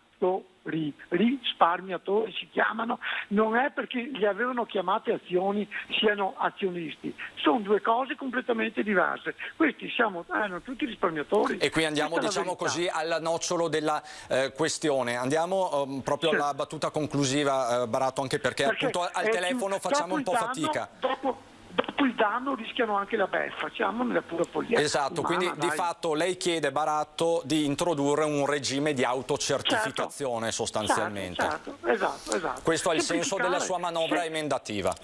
Semplificare, perché abbiamo già visto anche con la questione della giustizia, soprattutto in provincia di Treviso, che è davvero non difficile, di più, perché manca personale. Cioè andiamo a aggiungere altre questioni, credo che davvero vogliamo davvero beffare chi davvero è già stato colpito, non credo sia giusto. Chiarissimo. La ringrazio, Baratto, siamo riusciti a sintetizzare anche al telefono, grazie davvero. Grazie, un abbraccio a lei, grazie ancora per l'invito. Arrivederci Baratto, la prossima volta la voglio qui in studio. A presto e buon lavoro quindi al deputato di Coraggio Italia che appunto, avete sentito, ha presentato questa manovra emendativa per semplificare di fatto le procedure di rimborso per i risparmiatori truffati dalle banche, diciamo così, dagli istituti bancari finiti poi nell'occhio del ciclone. Tra l'altro oggi nell'aula bunker di Mestre ennesima udienza nel caso del crack della Banca Popolare di Vicenza. Per noi sul posto c'è la nostra Anna Maria Parisi, ma vi racconteremo per l'appunto i dettagli di questo nuovo capitolo processuale questa sera nel corso dei nostri telegiornali. Io saluto e ringrazio i miei ospiti, saluto Sara Bona, quindi si sente che messaggio si sente di lanciare Bona ai suoi elettori e ai suoi concittadini? Allora, sicuramente rinnovo il ringraziamento e poi dico guardiamo con fiducia, veramente con fiducia alla rinascita della montagna, perché le potenzialità ci sono. Chiarissima. Crosato? Che ci metterò tutto il mio impegno, tutto l'impegno del nostro gruppo, li ringrazio ancora e abbiamo una grande responsabilità. Noi ovviamente vigileremo e continueremo a raccontare le vostre realtà, quindi spero di avervi miei ospiti quanto prima. Grazie Bona, grazie Crosato. Adesso vi porto a Verona. In realtà ci siamo stati già qualche giorno fa, sono stati giorni di sport, di grandi emozioni per centinaia e centinaia di piccoli rugbisti, ma vi facciamo questo racconto. Oltre 1.200 bambini dai 4 ai 13 anni ritrovatisi a Verona nei giorni scorsi, giunti da ogni provincia veneta nel nome della palla ovale, e che ha riunito un totale di oltre 7.000 persone tra piccoli rugbisti, allenatori, accompagnatori, dirigenti e familiari tutti. Sono i numeri del progetto Rugby per Tutti. Per il rugby, bip!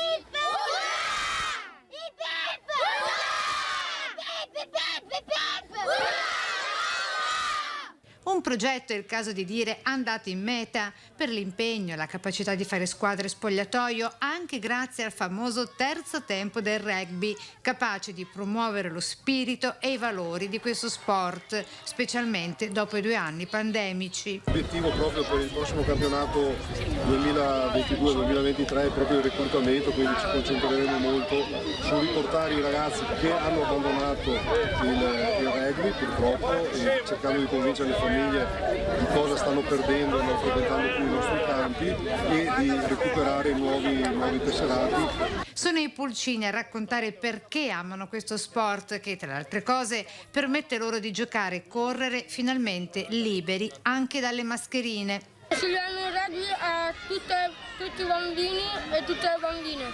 Perché? Perché è un gioco divertente. La partita è stata bella, l'importante però è divertirsi e stare insieme. Nessuno!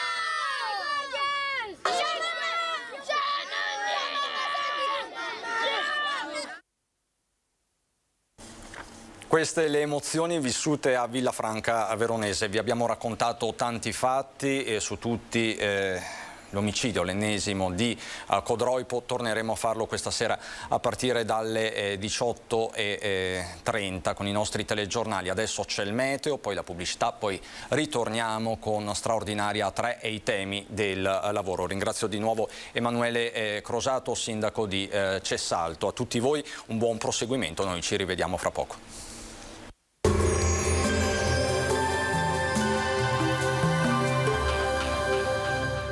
Cooperativa Agricola Volpago. Da noi trovi la carne fresca di prima qualità, genuina e salutare per il tuo benessere. Ci trovi a Volpago del Montello, Pieve del Grappa e Tre Baseleghe. Bentrovati al meteo. Si consolida sempre di più l'anticiclone africano, contesto dunque buono, con qualche nota instabile sui monti. Vediamo il dettaglio di mercoledì 15 giugno.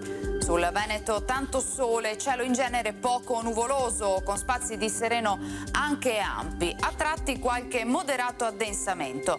Nelle ore più calde della giornata possibile formazione di qualche temporale di calore sui rilievi, acquazzoni che potranno espandersi localmente anche alle zone adiacenti. Caldo in intensificazione con temperature minime tra 14 e 21 gradi, massime oscillanti invece tra i 26 e i 32 gradi all'incirca. Ci spostiamo ora sul Friuli Venezia Giulia, anche qui soleggiato. Nel pomeriggio in montagna locale nuvolosità e non sarà del tutto escluso anche qualche isolato e breve rovescio. Temperature minime tra 16 e 20 gradi, massime comprese invece tra i 28 e i 30 gradi.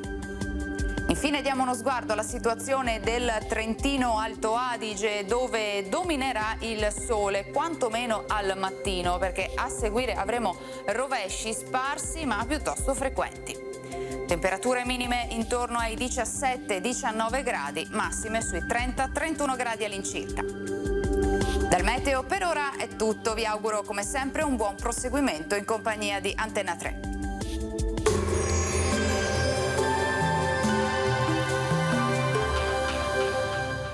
Cooperativa Agricola Volpago. Da noi trovi la carne fresca di prima qualità, genuina e salutare per il tuo benessere. Ci trovi a Volpago del Montello, Pieve del Grappa e Tre Baseleghe.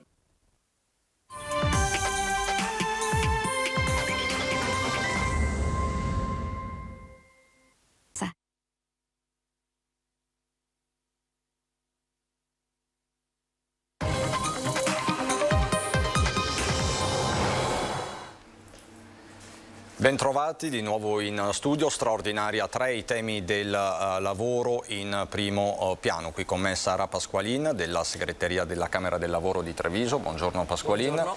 E Lucia Celi, sempre della CGIL, Patronato Inca. Buongiorno anche a lei.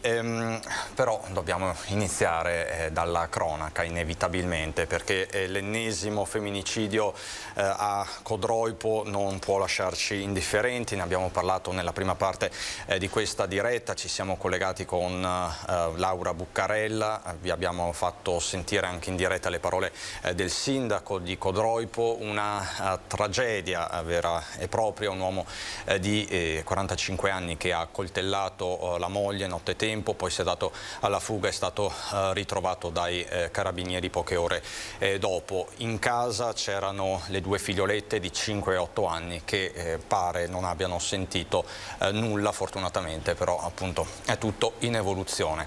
E dobbiamo parlare di lavoro, dobbiamo parlare di economia, ma ce lo insegna la CGIL, non c'è lavoro, non c'è economia se non c'è giustizia sociale e se non c'è un clima di reale uguaglianza anche di genere.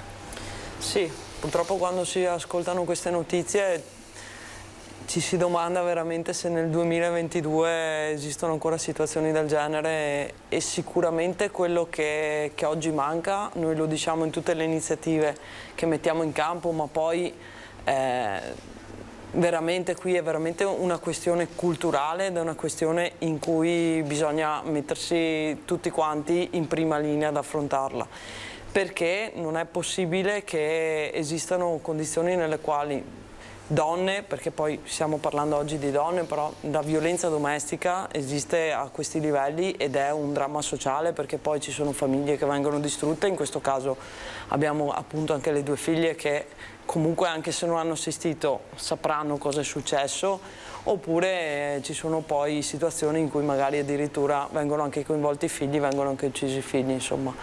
È sempre spiacevole affrontare questo argomento perché siamo in un momento nel quale la libertà e il rispetto per la persona dovrebbe essere sopra tutto il resto, sopra veramente ogni cosa.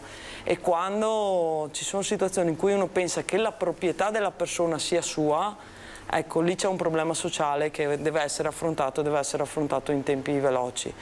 Io penso che nelle scuole bisogna iniziare ad affrontare più seriamente questo particolare, perché il rispetto, le politiche di genere, ma più che altro il rispetto di genere, il fatto che uomo e donna possono stare assieme, possono vivere in coppia, che le coppie possono crescere, ma che non per forza uno deve essere proprietario dell'altro, perché poi si creano questi meccanismi. Certo. Quando uno arriva a far del male alla persona che ama, non è più amore, questa è una malattia, c'è qualcosa che non funziona, insomma. Al di là del caso bisogna specifico, lavorare molto certo, sulla scuola e sulla cultura del nostro paese. E al di là del caso specifico di questa violenza portata all'estremo, resta poi la questione di fondo, no? Noi abbiamo già titolato salari bassi, inflazione record, salari bassi che sono ancora più bassi spesso per le donne. Sì, questo è un altro tema che abbiamo affrontato anche io e lei, Pasqualini. Abbiamo il problema, continua a esserci il problema della non capacità economica, non autonomia economica da parte della donna in alcune situazioni all'interno della famiglia, e questo purtroppo poi comporta meccanismi in cui anche la violenza poi non viene denunciata, perché la donna, essendo in condizioni di non avere un'autonomia al di fuori, si trova appunto in difficoltà anche a denunciare atti di violenza. Certo. Questo è un problema sociale che, la cosa strana è che durante la pandemia, quando parlavano che i numeri erano ridotti, di fatto avevamo la situazione opposta, le coppie erano obbligate a stare in casa assieme, quindi forse non emergeva il fenomeno. Adesso la cosa che è evidente a tutti, lo stress sociale delle persone come dire, nella famiglia esplode con atti incontrollati. Ed esplode in questa maniera. Abbiamo già delle telefonate in linea, quindi io direi, prima di passare ai vari argomenti, sentiamo il nostro telespettatore o la nostra telespettatrice. Pronto, chi parla? Pronto? Pronto? Sì, pronto, buongiorno, in onda su Antenna 3. Buongiorno. Sì, no, in merito al fatto, ecco, della disoccupazione e tutto, secondo me comunque vedo che si dà troppa colpa, magari chiamiamola colpa tra virgolette, a chi cerca lavoro, magari un giovane, no, 18 anni piuttosto che 20 o quant'altro. In realtà bisognerebbe vedere anche magari un po' più in là, quindi non dando la colpa al giovane, additandolo, dicendogli no, tu magari non hai voglia di lavorare, ma vedendo anche un po' l'offerta che c'è di lavoro. Certo. Secondo il mio punto di vista, perché magari un giovane si trova ad affacciarsi per la prima volta o non nel mondo del lavoro e poi si ritrovano veramente con delle offerte lavorative al pari del veramente paradosso. Certo. E lei come si chiama e quanti anni ha? Posso chiederglielo? No, io sono giovane, io ho 24 anni, 25 anni, appena compiuti da poco. 25 anni e da dove chiama? Avendo fatto esperienze lavorative passate già da quando ne avevo 14 e avendo fatto davvero tanti sacrifici, so che non è facile entrare nel mondo del lavoro, però bisognerebbe dare l'opportunità al giovane di affacciarsi con le giuste anche garanzie, tutele o quant'altro. Vedere ragazzi della mia età o anche più piccoli che non riescono a trovare lavoro mi fa male al cuore, perché veramente non lo trovi a 18, non lo trovi a 20, arrivi ai 25 che quasi non hai fatto un'esperienza lavorativa. Lei come si chiama? Mondo del mercato. Posso chiederle? Come si chiama? Io, Umberto. Ecco, Umberto, grazie per questa testimonianza. Lei in che campo lavora? Nella ristorazione. Nella ristorazione. Quindi lei dice, Umberto, io non ci sto a passare come un giovane fannullone o quant'altro, noi giovani abbiamo voglia di lavorare, ma metteteci nelle condizioni di farlo. Sì, questo senz'altro, però il sacrificio deve essere senz'altro anche da parte dell'imprenditore che vuole prendere in carico un giovane, farlo costruire insieme a lui, investire insieme a lui, dargli l'opportunità, come ha fatto sicuramente al tempo dell'imprenditore lui stesso, di poter crescere, emergere, perché sennò un giovane si sente veramente con un peso addosso, un carico della società non indifferente. Ma le chiedo Umberto solo una cosa, poi la lascio perché lei ha toccato proprio il tema, uno dei temi di questo momento. Per lei è una questione di retribuzioni, quindi il lavoro va più retribuito, di stabilità, di opportunità, di che cosa? Beh certo, poi è tutta una conseguenza, però dal mio punto di vista personale la retribuzione è sempre passata in secondo piano, perché io ho una passione legata alla ristorazione e quindi il mio affaccio in questo mondo bellissimo è la passione. Però secondo me un giovane d'oggi, al giorno d'oggi, che si vede davanti delle opportunità di lavoro anche magari interessanti, ma poi deve affrontare la vita con tutte le spese che ne sono di conseguenza, ecco, andargli ad offrire un lavoro magari con condizioni precarie fa sì che il giovane non venga stimolato nel lavoro stesso. E anche se c'è una passione come ce l'ho io, viene stimolato meno e magari va a fare lavori che non gli interessa dal punto di vista professionale ma solo dal punto di vista economico, ma non si sente soddisfatto. Chiarissimo. Questo veramente non è stimolante dal punto di vista professionale, perché magari un giovane si trova a 20 anni a fare un lavoro che non vuole fare, ma deve perché magari lo pagano di più, paradossalmente, no? E non penso sia la cosa giusta per il mondo d'oggi e per il futuro di domani. Umberto, grazie davvero per questo stimolo, in bocca al lupo. Dicevamo questione femminile, c'è anche la questione giovanile. Pasqualini. Umberto ha toccato uno dei temi che tocchiamo anche sempre quando siamo qui in queste occasioni. Insomma, è ovvio che io condivido la linea, nel senso che un giovane che ha studiato, che si è messo in discussione, che ha cercato di fare una strada, un percorso anche di studi che lo soddisfa e che gli fa fare quello che di fondo uno gli piace, perché poi di lavoro si vive, ma si vive anche della passione per il lavoro, e deve essere messo nelle condizioni di potersi guardare attorno e di poter avere delle offerte che mirino anche un po' a quello che è il studio, tutto il tempo che lui ha dedicato allo studio, ma soprattutto anche la volontà di provare a mettersi in gioco.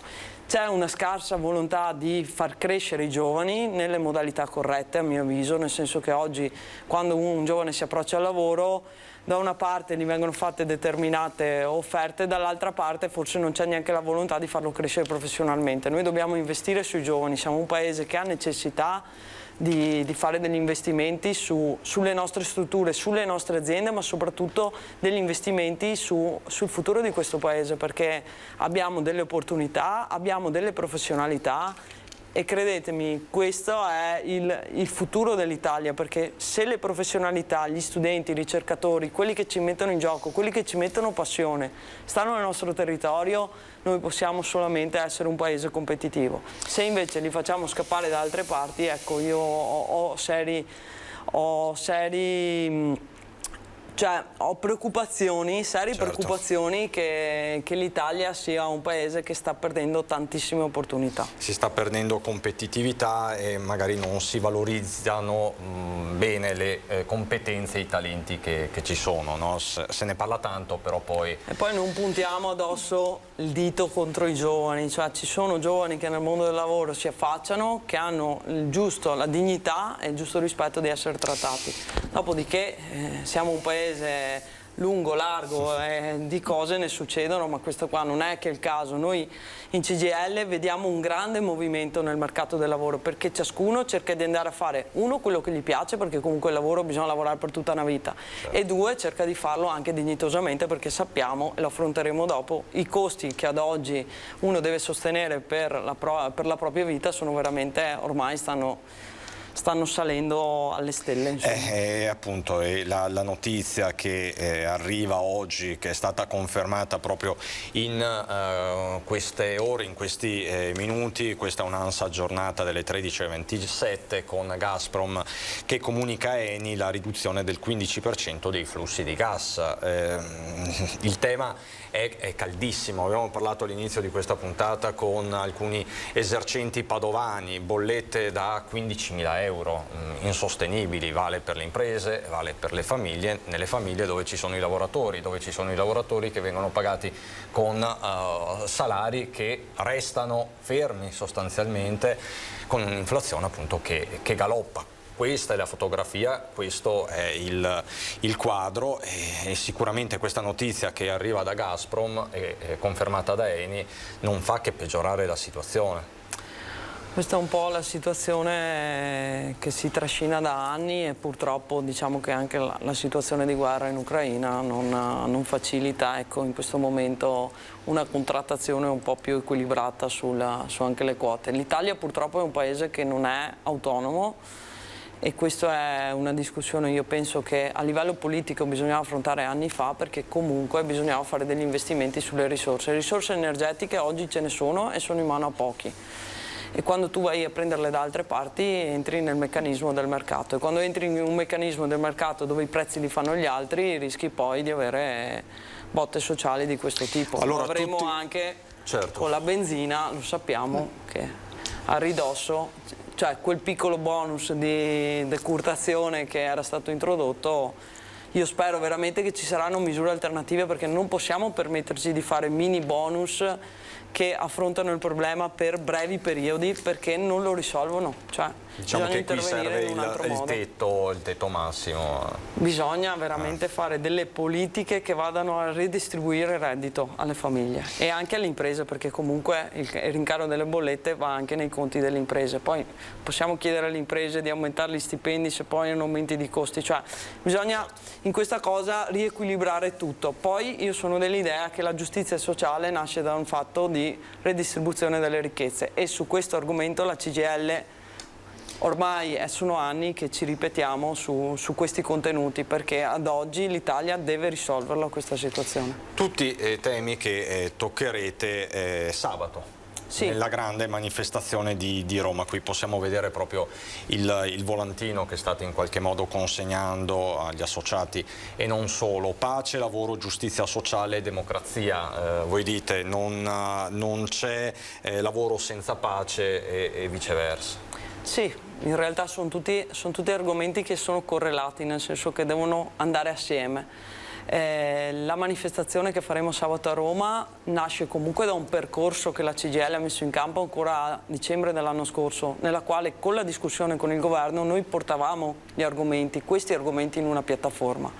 Si è tentato di contrattare, si è tentato di trovare delle soluzioni, di venirsi incontro. Ad oggi vediamo che gli sforzi fatti non sono quelli che sono necessari, perché delle politiche sul lavoro siamo fermi da anni, di giustizia sociale e di democrazia abbiamo difficoltà da anni, dopodiché la pace è un'esigenza di tutti e noi pensiamo che non si possono trovare risorse per fornire di armi i paesi, insomma. Cioè, bisogna trovare delle soluzioni che sono dettate dalla diplomazia e che devono trovare anche il rispetto delle persone, perché ad oggi chi fa la guerra, chi ci rimette sono principalmente donne, bambini, anziani, lo sappiamo benissimo. Non sono le persone civili che non c'entrano nulla in quelli che sono gli interessi che muovono una guerra. Il segretario generale della CGIL di Treviso, Mauro Visentin, ci diceva che per sabato sarete circa in 500 da Treviso. Da Treviso sì, partiranno all'incirca, i numeri poi del Veneto sono all'incirca sulle 3000. Abbiamo avuto degli obiettivi, perché l'idea è quella di andare in piazza del popolo e cercare è l'elaborazione di un percorso, perché noi comunque venerdì scorso abbiamo fatto un'assemblea di tutti i nostri delegati e delegate, c'era una partecipazione in circa di 300 persone, quindi in realtà abbiamo fatto una campagna di assemblee nei luoghi di lavoro, abbiamo fatto una campagna di informazione nel territorio. Questo è il punto per cercare di rilanciare a livello nazionale la discussione. È ovvio che gli argomenti sono sempre quelli, l'Italia è un po' rallentata. Diciamo che siamo ultimamente troppo rallentati e rischiamo che se i treni passano l'Italia ne resta fuori, perché sui problemi sociali bisogna intervenire immediatamente. E si va avanti, lo dicevamo prima, a bonus. Però questi sono gli strumenti attualmente sul tavolo e con i quali dobbiamo fare i conti.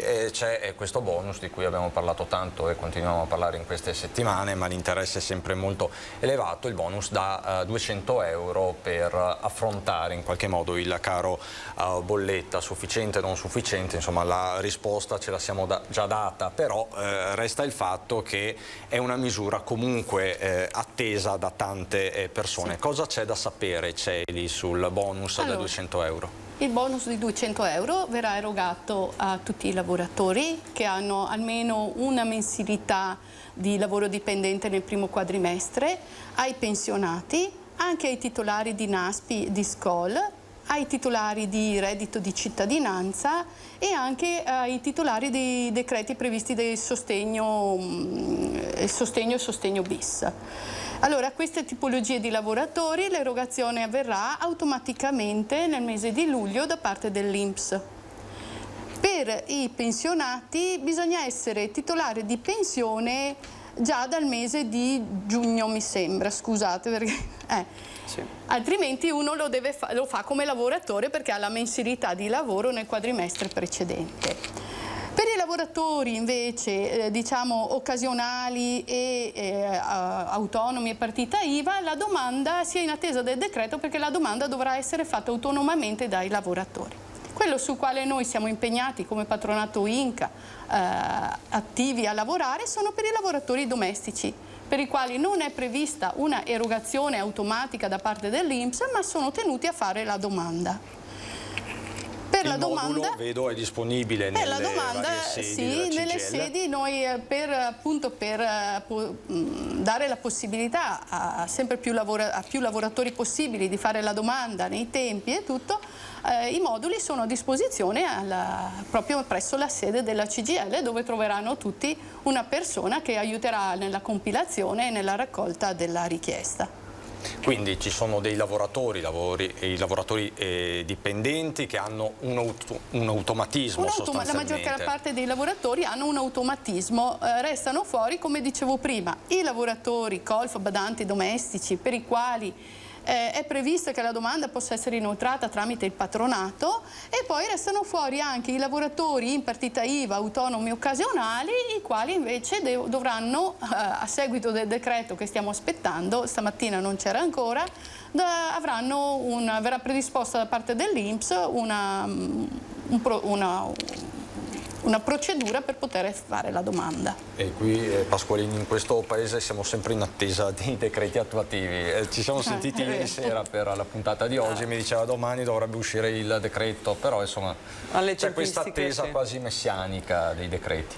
Siamo sempre, arriva fuori la legge, i decreti ci mettono un po' a fare i chiarimenti, anche perché poi il problema per quanto riguarda i lavoratori in partita IVA è veramente capire le modalità di accesso per i requisiti, e per quanto riguarda appunto i lavoratori di spettacoli stagionali a tempo indeterminato e gli altri, insomma, è capire la procedura dell'INPS per fare la richiesta.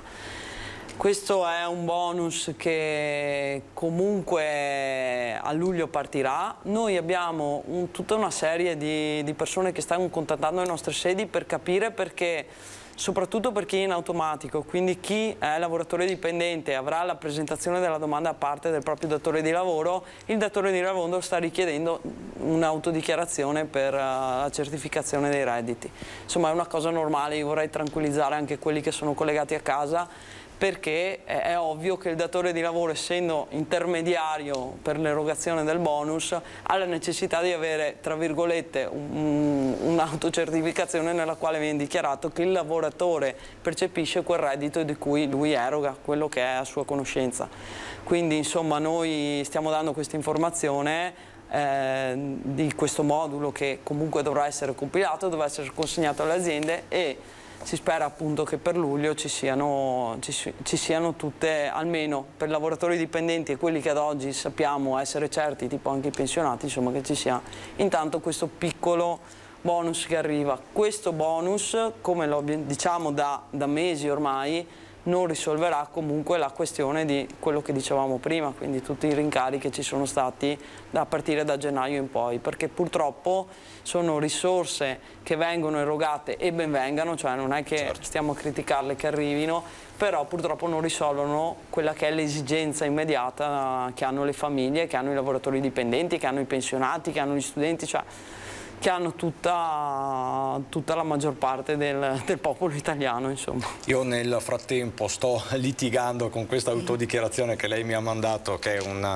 è appunto un'autodichiarazione, ma non riesco a mostrarvela. Comunque di fatto non preoccupatevi se la vedete. Sì, non è altro che nome, cognome, data, quant'altro. Dichiaro che non ho percepito redditi ulteriori, insomma è da compilare, poi in caso semmai se riusciamo a recuperarla la facciamo vedere, insomma. Diciamo che per il datore di lavoro è molto importante anche appurare che il lavoratore non sia anche titolare di pensione, perché essendoci un automatismo sull'erogazione sulla pensione si rischia che un datore di lavoro che ha le proprie dipendenze, un lavoratore che già percepisce una pensione anche di invalidità civile, per dire, questo lavoratore riceva 2 volte il bonus, perché poi ci sarà il problema della restituzione. Quindi è una cautela, diciamo. Sì, di fatto i datori di lavoro mandano queste autocertificazioni sia perché sul reddito del lavoratore dipendente, che deve essere inferiore a un mensile di 2.692 euro, diciamo che il datore di lavoro, essendo l'erogatore del reddito, ne ha un'idea abbastanza precisa di quanto eroga il proprio lavoratore, e il fatto è che magari il datore di lavoro non ha la certezza se il lavoratore ha le proprie dipendenze sia titolare di una qualche forma di pensione o possa avere redditi ulteriori redditi che lo portano a sforare il tetto dei 35.000 euro previsti. Il lavoratore dipendente che ha una partita IVA, prestazioni occasionali o comunque altri redditi, che non ha l'obbligo di dichiararlo il proprio datore di lavoro, quindi di fatto è ovvio che non... E come giustamente diceva Lucia, ci sono quelli che hanno magari delle pensioni di invalidità o quant'altro che sono dettate appunto da richieste che loro hanno fatto, che non sono a conoscenza del datore di lavoro, che potrebbero in qualche modo, per chi è lì coi livelli, potrebbero sforare. La nostra esigenza qual è? Che chi riceva oggi il bonus domani mattina, magari a fine anno, non si trovi a doverla restituire, perché quella è ancora la beffa ulteriore, nel senso che quando uno riceve il credito, poi doverlo andare a restituire, sappiamo che genera poi delle problematiche. Diciamo che l'abbiamo visto con altri bonus anni fa, insomma, che avevano creato veri e propri psicodrammi. Sì, perché poi vai te a dirgli quelli non sono soldi che ti spettavano, cioè. C'è lì ride, è un riso amaro, perché insomma immagino che parlavamo tipo del bonus Renzi e quant'altro, insomma si sono creati tanti cortocircuiti. Certo, questi cortocircuiti siamo un po' abituati a vederli, vuoi nella 14ª, vuoi nel bonus Renzi, insomma, e spiegare poi al lavoratore il meccanismo per cui questi soldi che a lui sembrano dovuti devono essere restituiti è sempre molto complicato. Il fisco dà, il fisco toglie, però è difficile abituarsi alla... Sì, sembra quasi appunto, è un detto che funziona. È un detto che funziona. Sentiamo il nostro o la nostra telespettatrice. Buongiorno, chi parla? Sì, salve, buongiorno, sono Cristina. Da dove chiama Cristina? Io da Pinto, di Treviso. Prego. E niente, volevo fare una domanda alle vostre interlocutrici, scusandomi se per caso avete già risposto, ma mi sono collegata adesso. Prego. Per cui io ho un contratto a termine, quindi che termina a giugno nell'ambito scuola. Volevo capire, questo bonus spetterà anche a noi che facciamo la domanda della NASI per il periodo estivo, oppure, non essendo dipendenti, nel periodo di luglio decade anche questo nostro piccolo diritto? Allora, per averne diritto, come dicevo prima, è sufficiente avere una mensilità da lavoro nel primo quadrimestre del 2022, perciò se anche lei a luglio o è disoccupata o sta ancora lavorando che sia, comunque è sufficiente una mensilità di lavoro nel primo quadrimestre del 2022. E in questo caso è automatico? È automatico. Quindi chi è l'erogatore? Quindi io non devo fare la domanda nel momento in cui faccio la richiesta NASI, allegare anche un'autocertificazione? Allora, se le viene erogato a luglio, dovrebbe essere erogato a luglio direttamente creando una busta paga ad hoc. Se è già in disoccupazione verrà erogato sulla disoccupazione, perché comunque una sola volta si può percepire, come dicevamo prima. Certo, è una tantum, certo. Sì, e non si può percepire sia come lavoratore dipendente che disoccupato, cioè sono 200 certo. E basta. Certo. Questo dipende, diciamo, dalla data di termine del rapporto dalla di situazione lavoro. in cui si trova. Va bene, il 30 giugno è la mensilità di giugno, cioè perché a luglio viene erogata la mensilità di giugno, quindi io penso alla signora, se lei finisce il contratto il 30 giugno avrà lo stipendio di giugno che prevederà il bonus. Tecnicamente. Lì su queste cose diciamo che non hanno fatto grandi chiarezze, perché per esempio un lavoratore dipendente privato la busta paga del mese di giugno la prende il 10 luglio, un lavoratore dipendente pubblico il 27 del mese ha già la paga del mese corrente, perciò lì sono sincera signora, non hanno fatto grandi chiarezze su queste cose. Lei signora, mi scusi, è dipendente scuola, quindi settore pubblico o di una cooperativa esterna? Signora, la signora non c'è più, mi dicono, ecco, bisognerebbe capire questo. Probabilmente è una dipendente della scuola con i contratti che scadono adesso a fine mese. Ma comunque se non lo prende da una parte lo prenderà. L'importante è non prenderlo due volte. Sì. Ok, chiarissimo da questo punto di vista e comunque diciamo che il limite è quello dei 35.000 euro lordi. Lordi annui, quindi sotto questa cifra spetta l'indennità da 200 euro con le modalità diversificate a seconda della tipologia di rapporto di lavoro. L'altro limite è il reddito da lavoro dipendente mensile personale di 2.692 euro. Ok, e questo ovviamente lo ripetiamo a tutti che sappiamo essere un argomento che vi sta molto a cuore, vale anche per le pensioni mutatis mutandi, in questo caso anche qui scatta l'automatismo da parte dell'INPS sostanzialmente, quindi non dovete produrre nulla di particolare. Tony, scusa, c'è una telefonata ecco no, si è spento, perfetto. Allora, l'altro tema del quale vorrei parlare con voi, tra l'altro un'altra volta, Pasqualin, dovevamo farlo ma non siamo riusciti. Assegno unico, altro tema dei temi, con Vigilio Biscaro qualche settimana fa, che è il segretario dei pensionati della CGIL, dicevamo insomma forse è un mini bluff questo dell'assegno unico, non è una rivoluzione forse come era stata annunciata, sicuramente lo strumento è utile ma va in qualche modo rivisto. Allora Celi, che cos'è? Partiamo dall'ABC perché è giusto, che cos'è l'assegno unico? Se vogliamo partire un po' dall'ABC, partiamo da cosa c'era prima dell'assegno unico. Prima dell'assegno unico c'era l'ANF, ovvero l'assegno nucleo familiare, che era previsto per tutti i lavoratori dipendenti o comunque per quei lavoratori che avevano un reddito da dichiarazione dei redditi per il 70% da lavoro dipendente. Era previsto con delle determinate tabelle, veniva quantificato in base alla composizione del nucleo familiare il reddito, veniva erogato questo assegno nucleo familiare.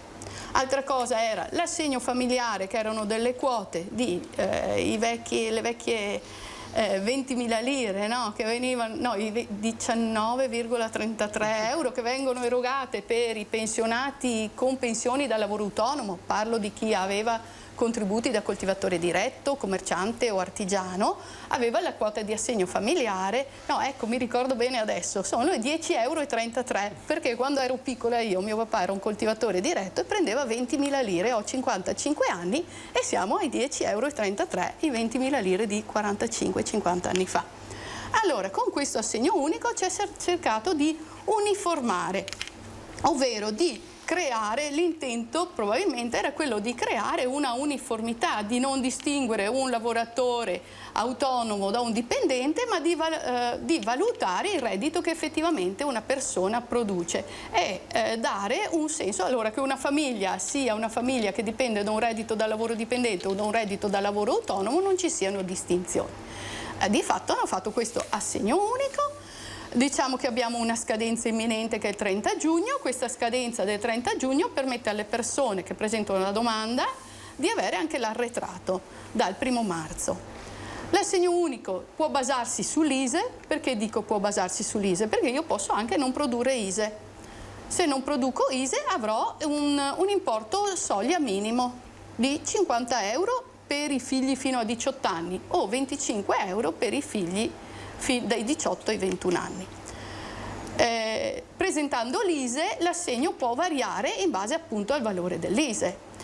L'assegno va per i figli fino ai 18 anni, parte da un minimo di 50 euro a un massimo di 175 euro a figlio. Per i figli tra i 18 e i 21 anni invece si parte da un minimo di 25 euro fino a un massimo di 85 euro. L'importo, l'INPS ha messo a disposizione anche un simulatore perché l'importo, come dicevo, varia in base al valore ISEE. Diciamo solo che fino a 15.000 euro si porta a casa l'importo massimo, al di sopra dei 40.000 euro di ISEE non si porta a casa niente. Quello che è difficile spiegare e anche capire è che questo assegno unico sostituisce molte altre forme di aiuto alla famiglia alle quali ormai ci eravamo abituati, perché l'assegno unico si sostituisce anche alle detrazioni per figli a carico. L'assegno unico sostituisce anche gli assegni nuclei familiari con almeno 3 figli, ma sostituisce anche il bonus mamma domani, il bonus bebè e la detrazione per i figli, come dicevo, fino ai 21 anni. Quindi va un po' a sfoltire tutti gli strumenti. Questi piccoli bonus, tutte queste migliaia di domande che si facevano. È più comodo anche magari per voi che fate assistenza o... Diciamo che come sempre una base la partenza è sempre un po' complicata perché anche le norme quando vengono create è difficile che possano prevedere tutte le problematiche che si possono affrontare nella situazione di una famiglia. Diciamo che è più semplice essendo una misura unica, basandosi sull'ISEE e si presume che sia anche più equa. Qua vediamo l'elenco di tutti i documenti e i requisiti necessari per la compilazione della domanda di assegno unico universale. Ecco, possiamo passarli un attimo in rassegna, magari non tutti perché come sempre è una cosa abbastanza nutrita. Ecco. Beh, intanto bisogna dire che è sempre un documento di identità, ovviamente. L'assegno unico è previsto che sia erogato ai cittadini italiani o di uno Stato membro dell'Unione Europea con residenza fiscale in Italia. È concesso anche ai titolari di permesso di soggiorno UE per soggiornanti di lungo periodo, per chi ha comunque un permesso di lavoro con una durata superiore ai 6 mesi. Prevede anche che una persona deve essere residente in Italia da almeno 2 anni, anche se non continuativi. Il documento, come dicevo, il documento di identità, ovviamente per i cittadini non comunitari serve il permesso di soggiorno o per i comunitari il diritto di soggiorno, il codice fiscale dei componenti la famiglia, se ci sono figli disabili servono i verbali che riconoscono l'invalidità, le coordinate bancarie per stabilire la modalità di pagamento. L'attestazione ISEE. E l'attestazione ISEE perché ritiene di farla. Diciamo che le complicazioni sorgono perché ormai non siamo più abituati alla famiglia classica, vogliamo definirla senza far pubblicità, quella che tutti chiamano la famiglia mulino bianco, mamma, papà sposati con i figli. Ma le famiglie adesso sono più complesse, ci sono genitori separati con l'affido condiviso, ci sono affidamenti diciamo singoli, sicché lì poi si aprono tutte queste complicazioni per questa erogazione.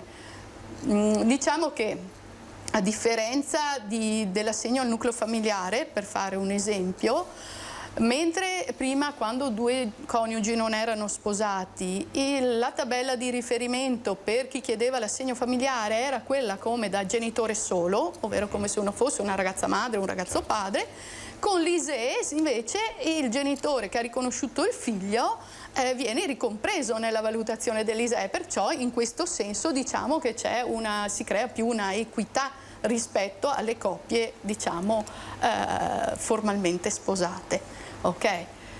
Ritornando sul discorso delle cose più complicate è quando magari i coniugi non si mettono d'accordo sul percepire questo assegno unico, perché nel caso in cui non ci sia la concessione del genitore non convivente a lasciare il 100% dell'assegno al coniuge, all'ex coniuge, all'altro genitore convivente con i figli, allora lì bisogna che la persona intervenga personalmente e inserisca i propri dati per avere un pagamento del 50% disgiunto, e questo diciamo che crea delle complicazioni. In mancanza di questa comunicazione comunque l'INPS erogherà il 50% al genitore. Chiarissimo. Telefonata, pronto, chi parla? Buongiorno dottore, a lei e ai suoi ospiti. Sono Sebastiano da Abano. Prego, Sebastiano. Non so se i suoi ospiti volevo fare una domanda e volevo sapere se potevano darmi una risposta. Prego. Io lavoro presso un hotel ad Abano. Io ho un contratto a tempo indeterminato. Che cosa succede? Però l'hotel purtroppo naturalmente lavoriamo 8 mesi all'anno, gli altri 4 mesi che non lavoriamo noi non prendiamo nessun reddito, perché l'INPS non ti riconosce da 10 anni a questa parte. Io a 20 anni che lavoro, 10 anni fino a 10 anni fa pagavano, ora l'INPS non ti riconosce nessun reddito, perché l'INPS ora ti dice, visto che tu hai un contratto a tempo indeterminato, io e l'azienda non chiude, perché non chiude per fallimento, non chiude, chiude perché finisce la stagione, io non ti riconosco nessuna disoccupazione. Volevo sapere come mai, per quale motivo noi dobbiamo lavorare per 8 mesi, gli altri 4 mesi chi ci danno a mangiare? Poi io sento parecchia gente che si lamenta che non trova personale negli hotel, negli alberghi, ristoranti. È normale, se poi gli altri 4 mesi non hai nessun reddito perché non ti paga né il datore di lavoro e neanche l'INPS, è normale che non troverai quella gente lì, perché guadagnare 1.200 euro per 8 mesi e gli altri 4 mesi sei fermo a casa senza fare nulla. Volevo sapere questa risposta, se i suoi ospiti lo sapevano. Mi scusi, sì. Direttore. No, assolutamente. Buongiorno. Sebastiano, grazie a lei. Gentile. Arrivederci. Tra l'altro a Pasqualin ci chiamano quasi sempre dal distretto termale di Abano, perché lì c'è una specificità contrattuale, diciamo, molto... Adesso non mi ricordo, Sebastiano, però quando ci sono io la sento sempre una telefonata. Nel senso che sì, no, ma perché lì c'è la situazione che hanno proprio la stagionalità che li lascia 4 mesi inoperativi e sono tutti contratti indeterminati. Celi, cosa possiamo rispondere nell'operatività di questi nuovi strumenti? Il tipo di contratto di questo signore si configura come un part-time. Il part-time può essere di varie tipologie, orizzontale, verticale o ciclico. Allora, se io ho un part-time orizzontale e lavoro, faccio per dire, 5 ore tutti i giorni, non posso chiedere la disoccupazione per il restante orario che non svolgo, ed è questo diciamo, il punto di vista dell'INPS, ovvero l'INPS dice, lei ha un part-time verticale, ci sono dei mesi in cui lavora e dei mesi in cui non lavora. Essendo un part-time è previsto che lei abbia dei periodi di vuoto che siano orizzontali o verticali, all'INPS questo non cambia, perciò non eroga la disoccupazione in queste tipologie di contratti.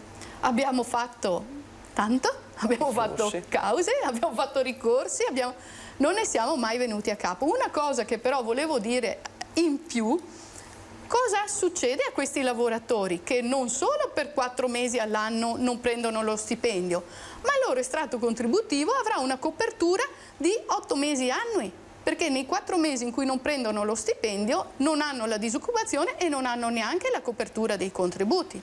A questo inconveniente diciamo che si è venuti a capo dopo varie cause che abbiamo fatto, giusto l'anno scorso, dove è stato stabilito che le persone che fanno un part-time verticale con il periodo di non lavoro nel corso dell'anno possono a domanda avere la copertura completa annua dei contributi ai fini pensionistici, perché altrimenti questi a domanda e devono fare un versamento. Per l'anno 2020, per l'anno in corso 2021-22 che è uscito la normativa provvede il datore di lavoro. ma per gli anni precedenti bisogna fare apposita domanda, perché altrimenti uno non arriverà mai neanche ad avere il requisito pensionistico, o ci arriverà comunque. Ma quindi deve fare dei versamenti suppletivi? No. È necessario, allora bisogna dire una cosa in più, ovvero io ho riconosciute le mie 52 settimane annue, che è l'anno intero, se raggiungo un reddito minimo annuo che attualmente per quest'anno è intorno ai 10.580 o 40 euro. Bene,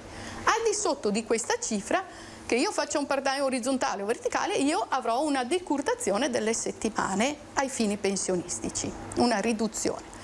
Allora, se una persona fa un part-time verticale e in questi 8 mesi guadagna un lordo di superiori ai 10.540 euro, ha diritto a domanda ad avere la copertura dell'anno intero ai fini pensionistici. Molto interessante questo aspetto.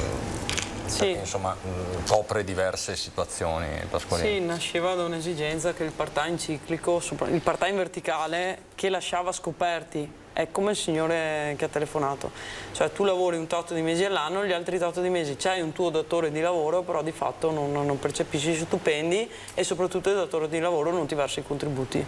E quindi da una parte la legislazione, perché diciamo sono state fatte delle cause e finalmente a un certo punto è stata riconosciuta, quindi adesso di fatto si presenta la domanda, si va di fatto in contenzioso con l'INPS per ottenere questa cosa. Adesso viene riconosciuto perché giuridicamente si è vinta qualche causa, però di fatto è quello un ricorso che uno fa all'INPS per il riconoscimento del diritto.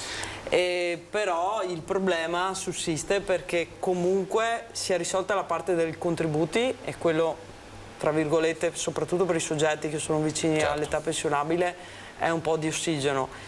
C'è sempre il problema della disoccupazione, che è quella che diceva, cioè non ci sono le coperture. Ad oggi si spera sempre che la rivoluzione degli ammortizzatori sociali tenga in considerazione anche queste questioni, perché dovrebbe essere prevista, a mio avviso, una cassa integrazione per i soggetti. Anche questo un tema che sarà affrontato sabato nella manifestazione della CGIL. È una delle proposte che noi abbiamo sul piatto e che da anni portiamo avanti. Adesso c'è la pubblicità, fra poco.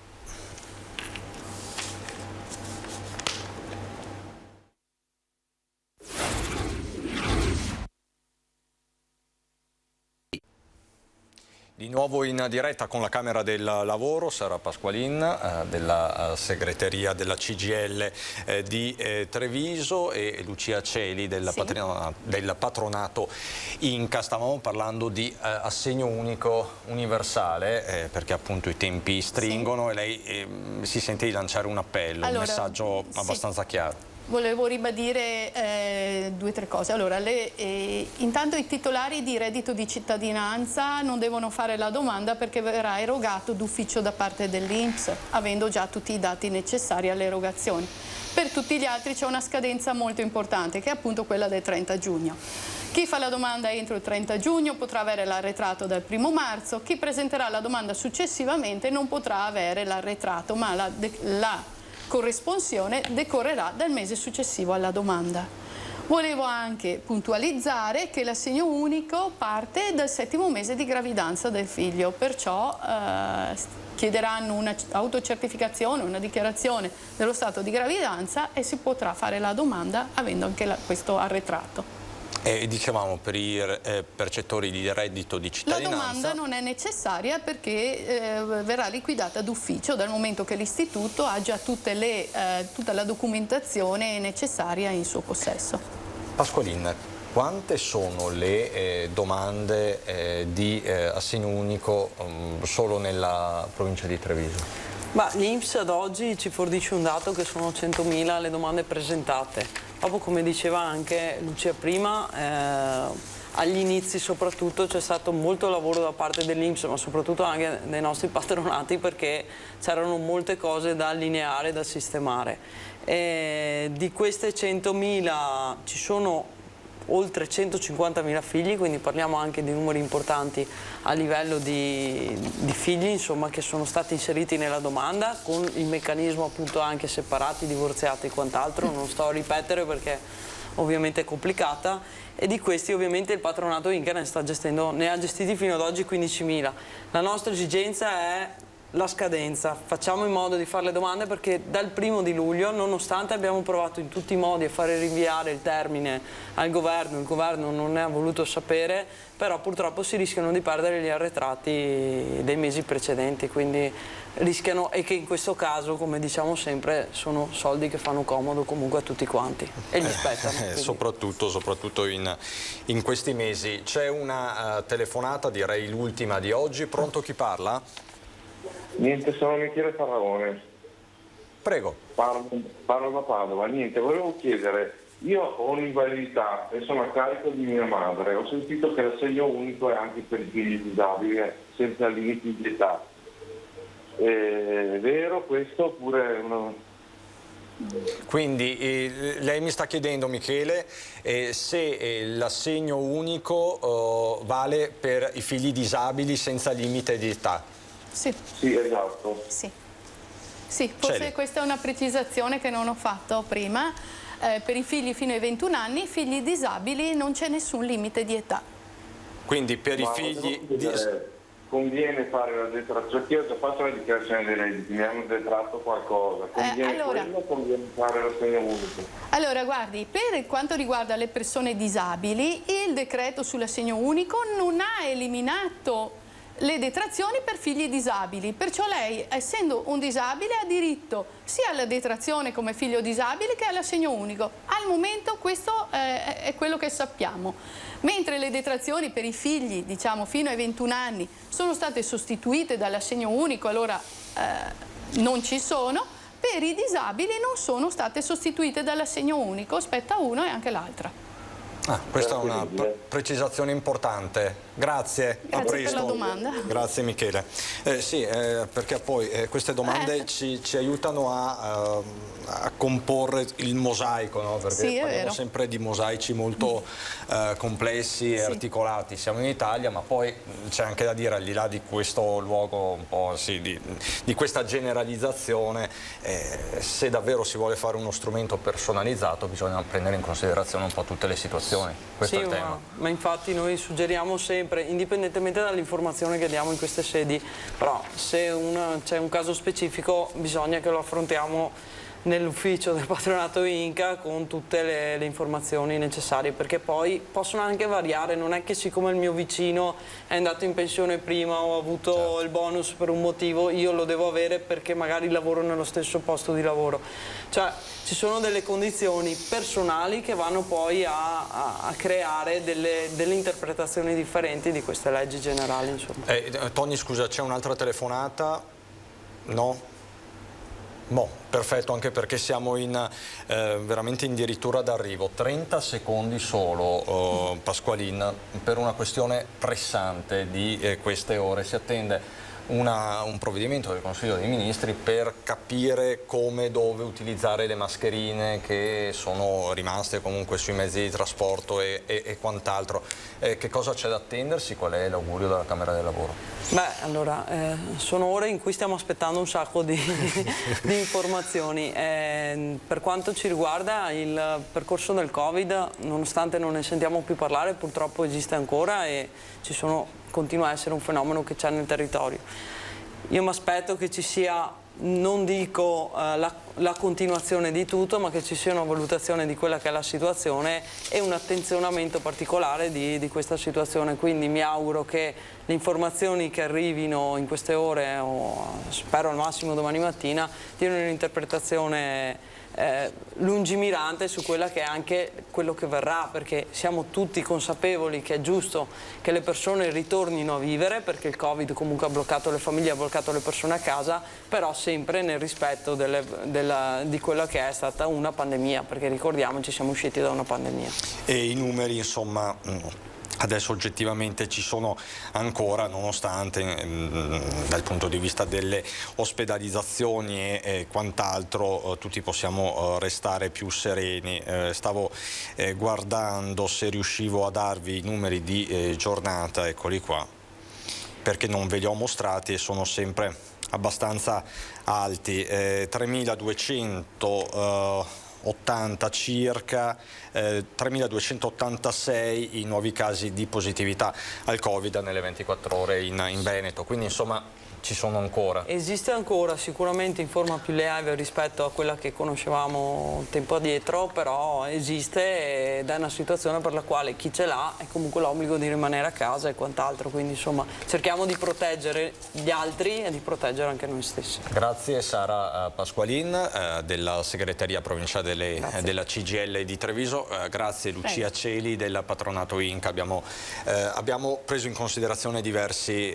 aspetti, quindi abbiamo fatto anche per oggi il nostro servizio pubblico, chiamiamolo così, Pasqualini. Sì, ringrazio tutti e buona giornata. E l'appuntamento quindi con la CGIL è per sabato a Roma. Allora, noi ci vediamo invece in diretta alle 18:30 con l'informazione dalla regione, 19 Venezia, 19:30 Treviso con Belluno.